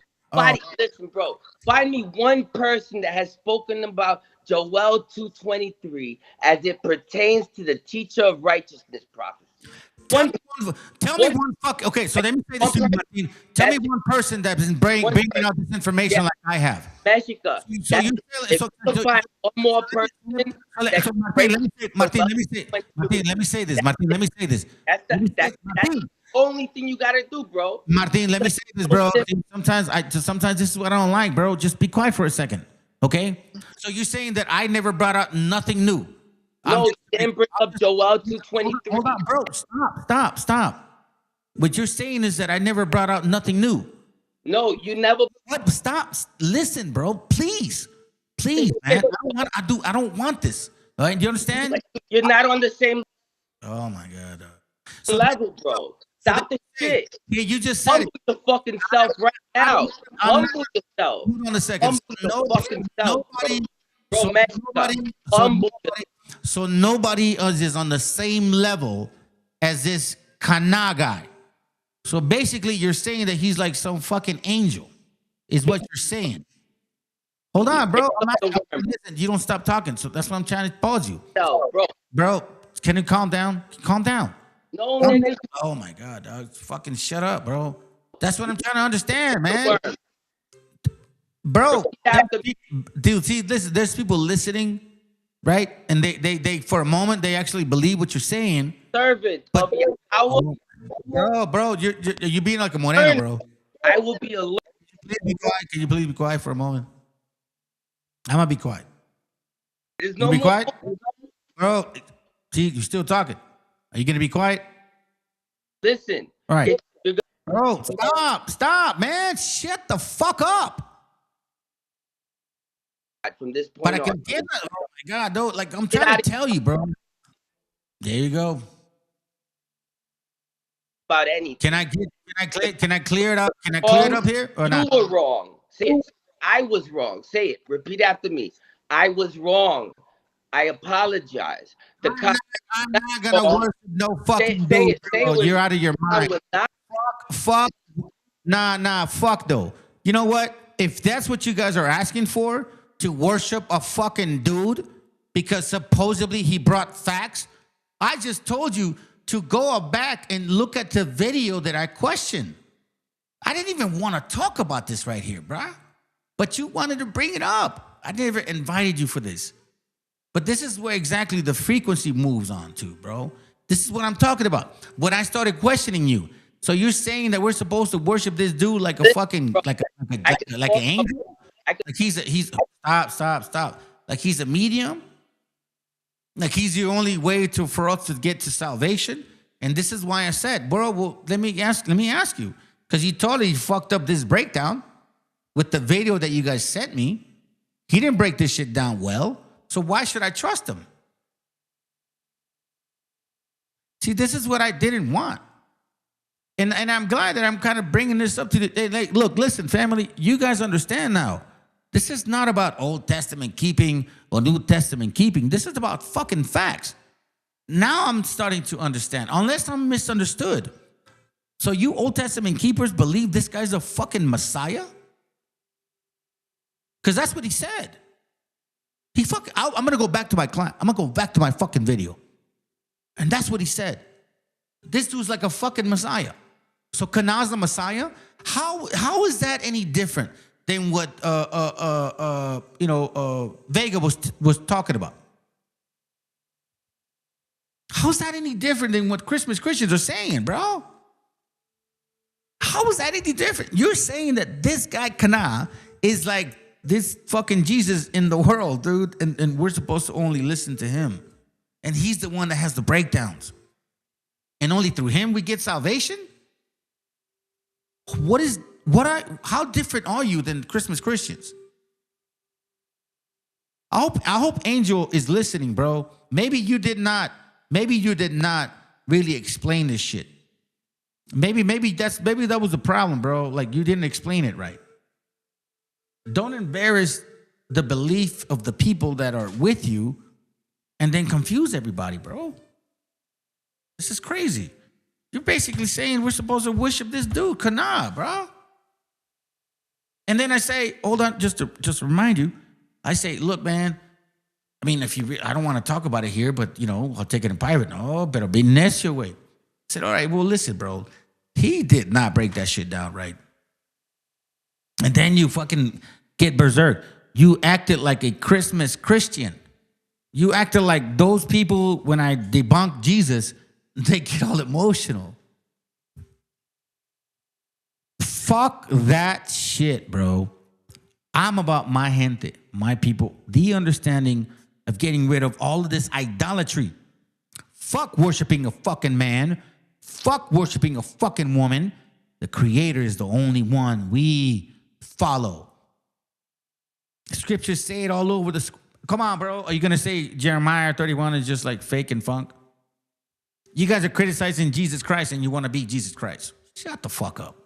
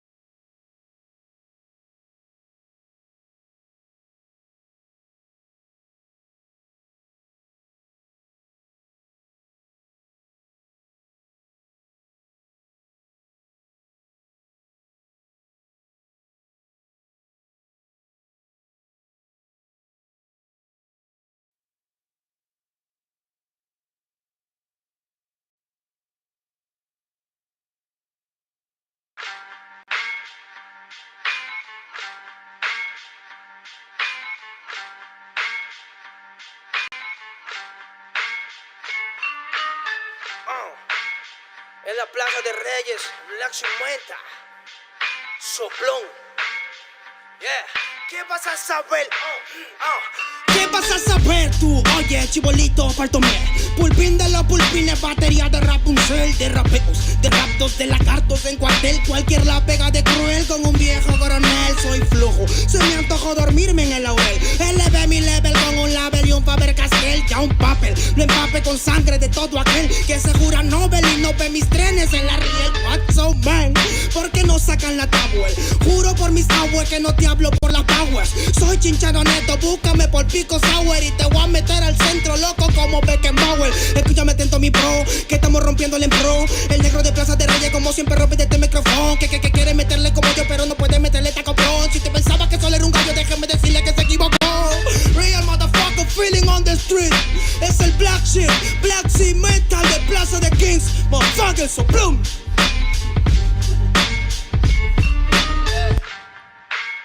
Nero Luigi, man, desde Peña, a la victoria, para que sepa. Incas Mo, Money Gang, gang, yeah, yeah, Yo también he llorado, gente. También me han desplazado por mi rasgo afrodescendiente. Sí, un perro no habla pero siente. Cuento historias callejeras pa' barrios de delincuentes. Soy un perro que te ladra, que te muerde y que te huele, nene. Soy más que Lene, ustedes para mí son pelele. Con mi jauría todo el día en busca de los cheles. Tengo un perro en fiscalía que nos mueve los papeles y otro en la comisaría para evitar el susto. Muchas veces me han llevado por solo como luzco. Perdón, madre mía, si yo le causé un disgusto, pero en esta vía yo crecí rodeado de perros chuscos. Yo sé que me quieren ganar, yo sé que me quieren tumbar y no pasará porque soy de verdad. Está súper rafina la Dodo Style, metido en latina aprendiendo un style. Yo tengo el style, no mido la raza del perro, yo mido por la lealtad y yo soy leal, yeah. La calle te enseña lo que no te enseña la universidad, yeah. Saliste ese peña aquí con una seña te tiran para atrás, yeah. La calle limeña aquí nadie la tenía, ya nada es igual, yeah. Tiene que respetar, yeah. Tiene que respetar, yeah. La calle te enseña lo que no te enseña la universidad, yeah. Saliste ese peña aquí con una seña te tiran para atrás, yeah. La calle limeña aquí nada le doy, ya nada es igual, yeah. Tienes que respetar, yeah. Si yo soy tu papá, yeah, yeah, yeah. Cinco mob, negro, yeah. Cinco mob, nigga, yeah. Nero Luigi, man. Incas mob, yeah. It's Money Gang, gang, gang, yeah. Hey, yo. Yango en la maldita casa.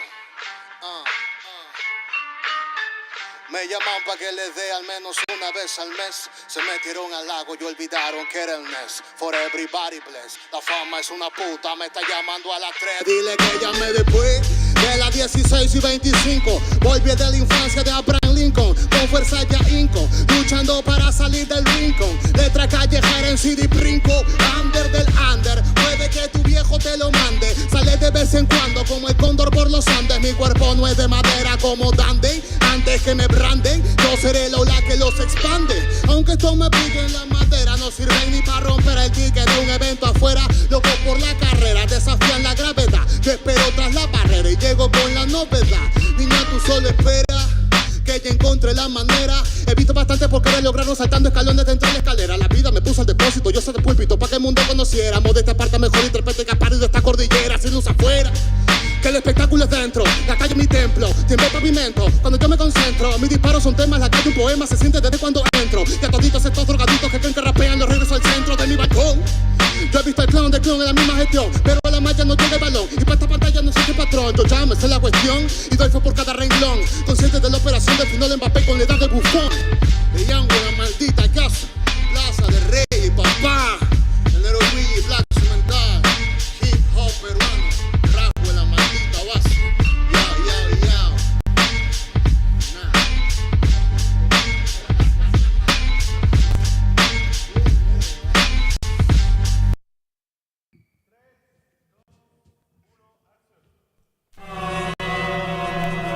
Yo, comentando, ¿qué dicen? Sí, ¿qué cuentan? Ya, escúchame, ya.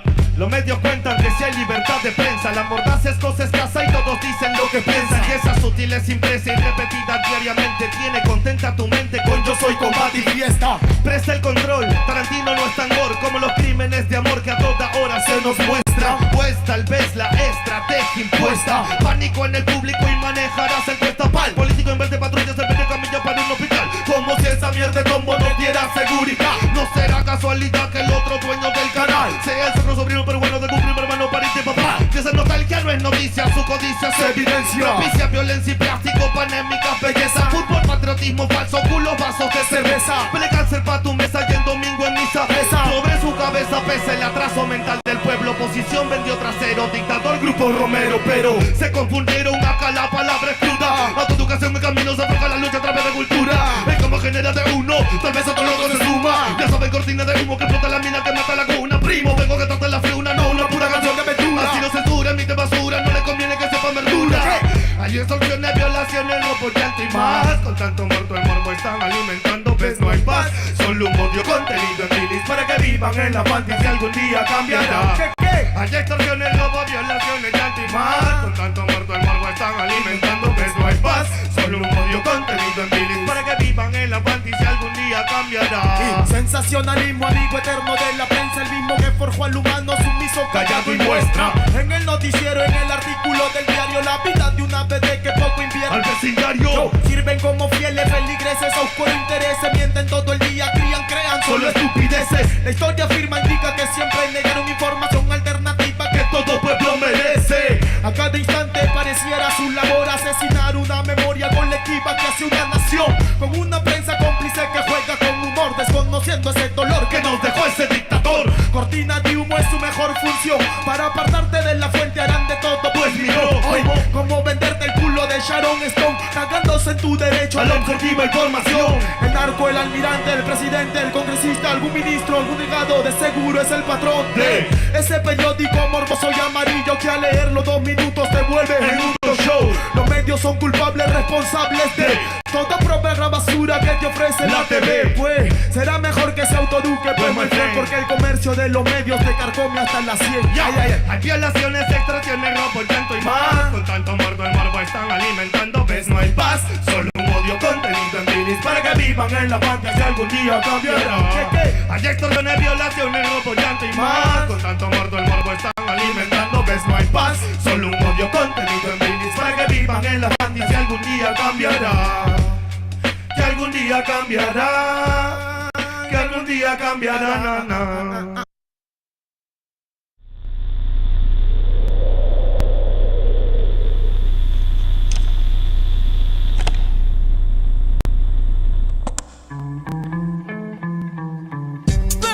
Con la fe. Ajá, yeah.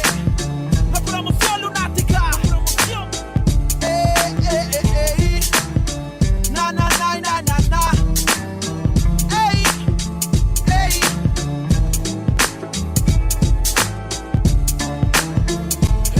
Pregunta dónde se quedó. Pregunta cuándo fue que la muerte por su casa pasó. Pregunta por su vida y mira su cuerpo tiro en la mitad de la cabeza. Y se pregunta si es su muerto más. Si la muerte vino por él, llevándose alegría. A su hermana la puedes ver llorando todavía. Todos se preguntan quién, pero nadie puede responder hasta que pegue el fierro en la mano del muerto. Ahora es un fantasma que vive pintado en una pared. El mismo que anda penando en el barrio. No está tranquilo porque caminando con otro la ve. Por la que se mató sin pensarlo bien. ¿Y para dónde es que se van? Cuando por una tonta razón se van aquellos que más quieres. Pregunto para dónde irán.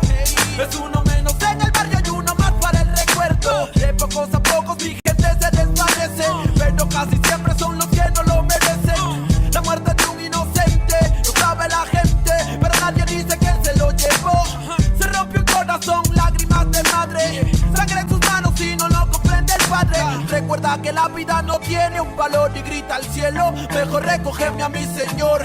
Pase lo que pase hoy, siempre con la mente en tu recuerdo, en mi corazón te llevaré. Para donde quiera que yo voy, pienso diferente, es que la muerte ahora está presente. Pase lo que pase hoy, siempre con la mente en tu recuerdo, en mi corazón te llevaré. Para donde quiera que yo voy, pienso diferente, es que la muerte ahora está presente. Dime dónde están los que desaparecieron, los que no volvieron, los que de uniforme se vistieron. ¿Dónde están los que ya no están del soldado Juan, que una bala traspasó su cuerpo con el ruido de una? Son historias como mi prima Gloria, que su cuerpo no aparece pero queda su memoria. Niña de 5 años que su aliento ya es agónico. Encuentra el cuerpo pero un hueso está en periódico. La vida es una tumba chimba que la suerte te depara. La muerte está en la mano de aquel hombre que dispara.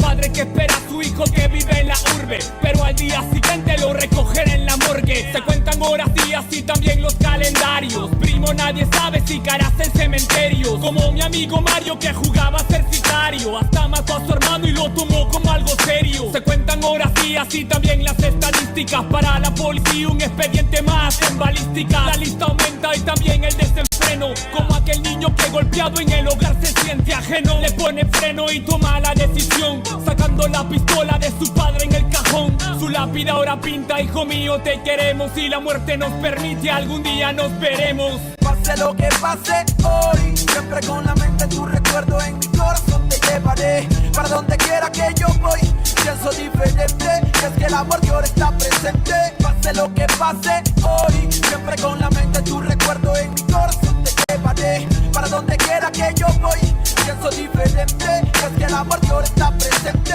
¿Dónde van? ¿Dónde? Dime dónde van las almas que se pierden en el camino de la vida. ¿Dónde van? Dime dónde van. Que te tienen pulsos y otros por impulsos para el diván. Penas que se cuentan en la esquina. Cuidado con la neblina que la muerte se avecina por la acera. Joven estudiante muere en una balacera. Otro lío de pandillas que en el diario aparecerá. La vida se desaparece como el humo de un cigarro. Locos disparando desde un carro. Otra vida que se pierde bajo el cielo gris. No se puede ser feliz cuando gente muere en un desliz. Como Marco que soñaba con ser narco, viajar en barco y olvidarse de las penas en su cuarto. Pero cada vez que parcha ya se siente harto. Y su corazón marchito marcha para el infarto. Almas en oferta como Berta. Que se acuesta en una cama pero en otra se despierta. Son 14 años y ya perdió la niñez. Que desaparece un viernes y no regresa en 2 o 3. Coleccionando amores sin importancia a los rumores. Malos menores sin temores y sin valores. Deambulando en cada sitio, con el futuro a convertirse en un graffiti. Pase lo que pase hoy, siempre con la mente tu recuerdo en mi corazón te llevaré. Para donde quiera que yo voy, pienso diferente, es que el amor de ahora está presente. Pase lo que pase hoy, siempre con la mente tu recuerdo en mi corazón te llevaré. Para donde quiera que yo voy, pienso diferente, es que el amor de ahora está presente.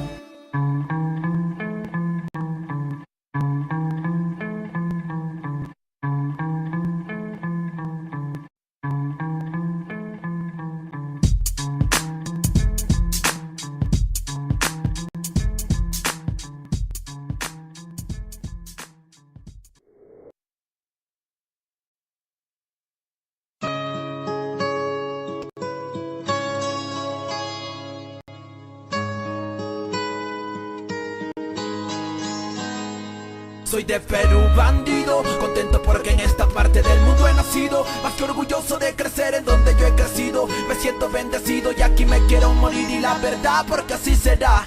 Agradecido con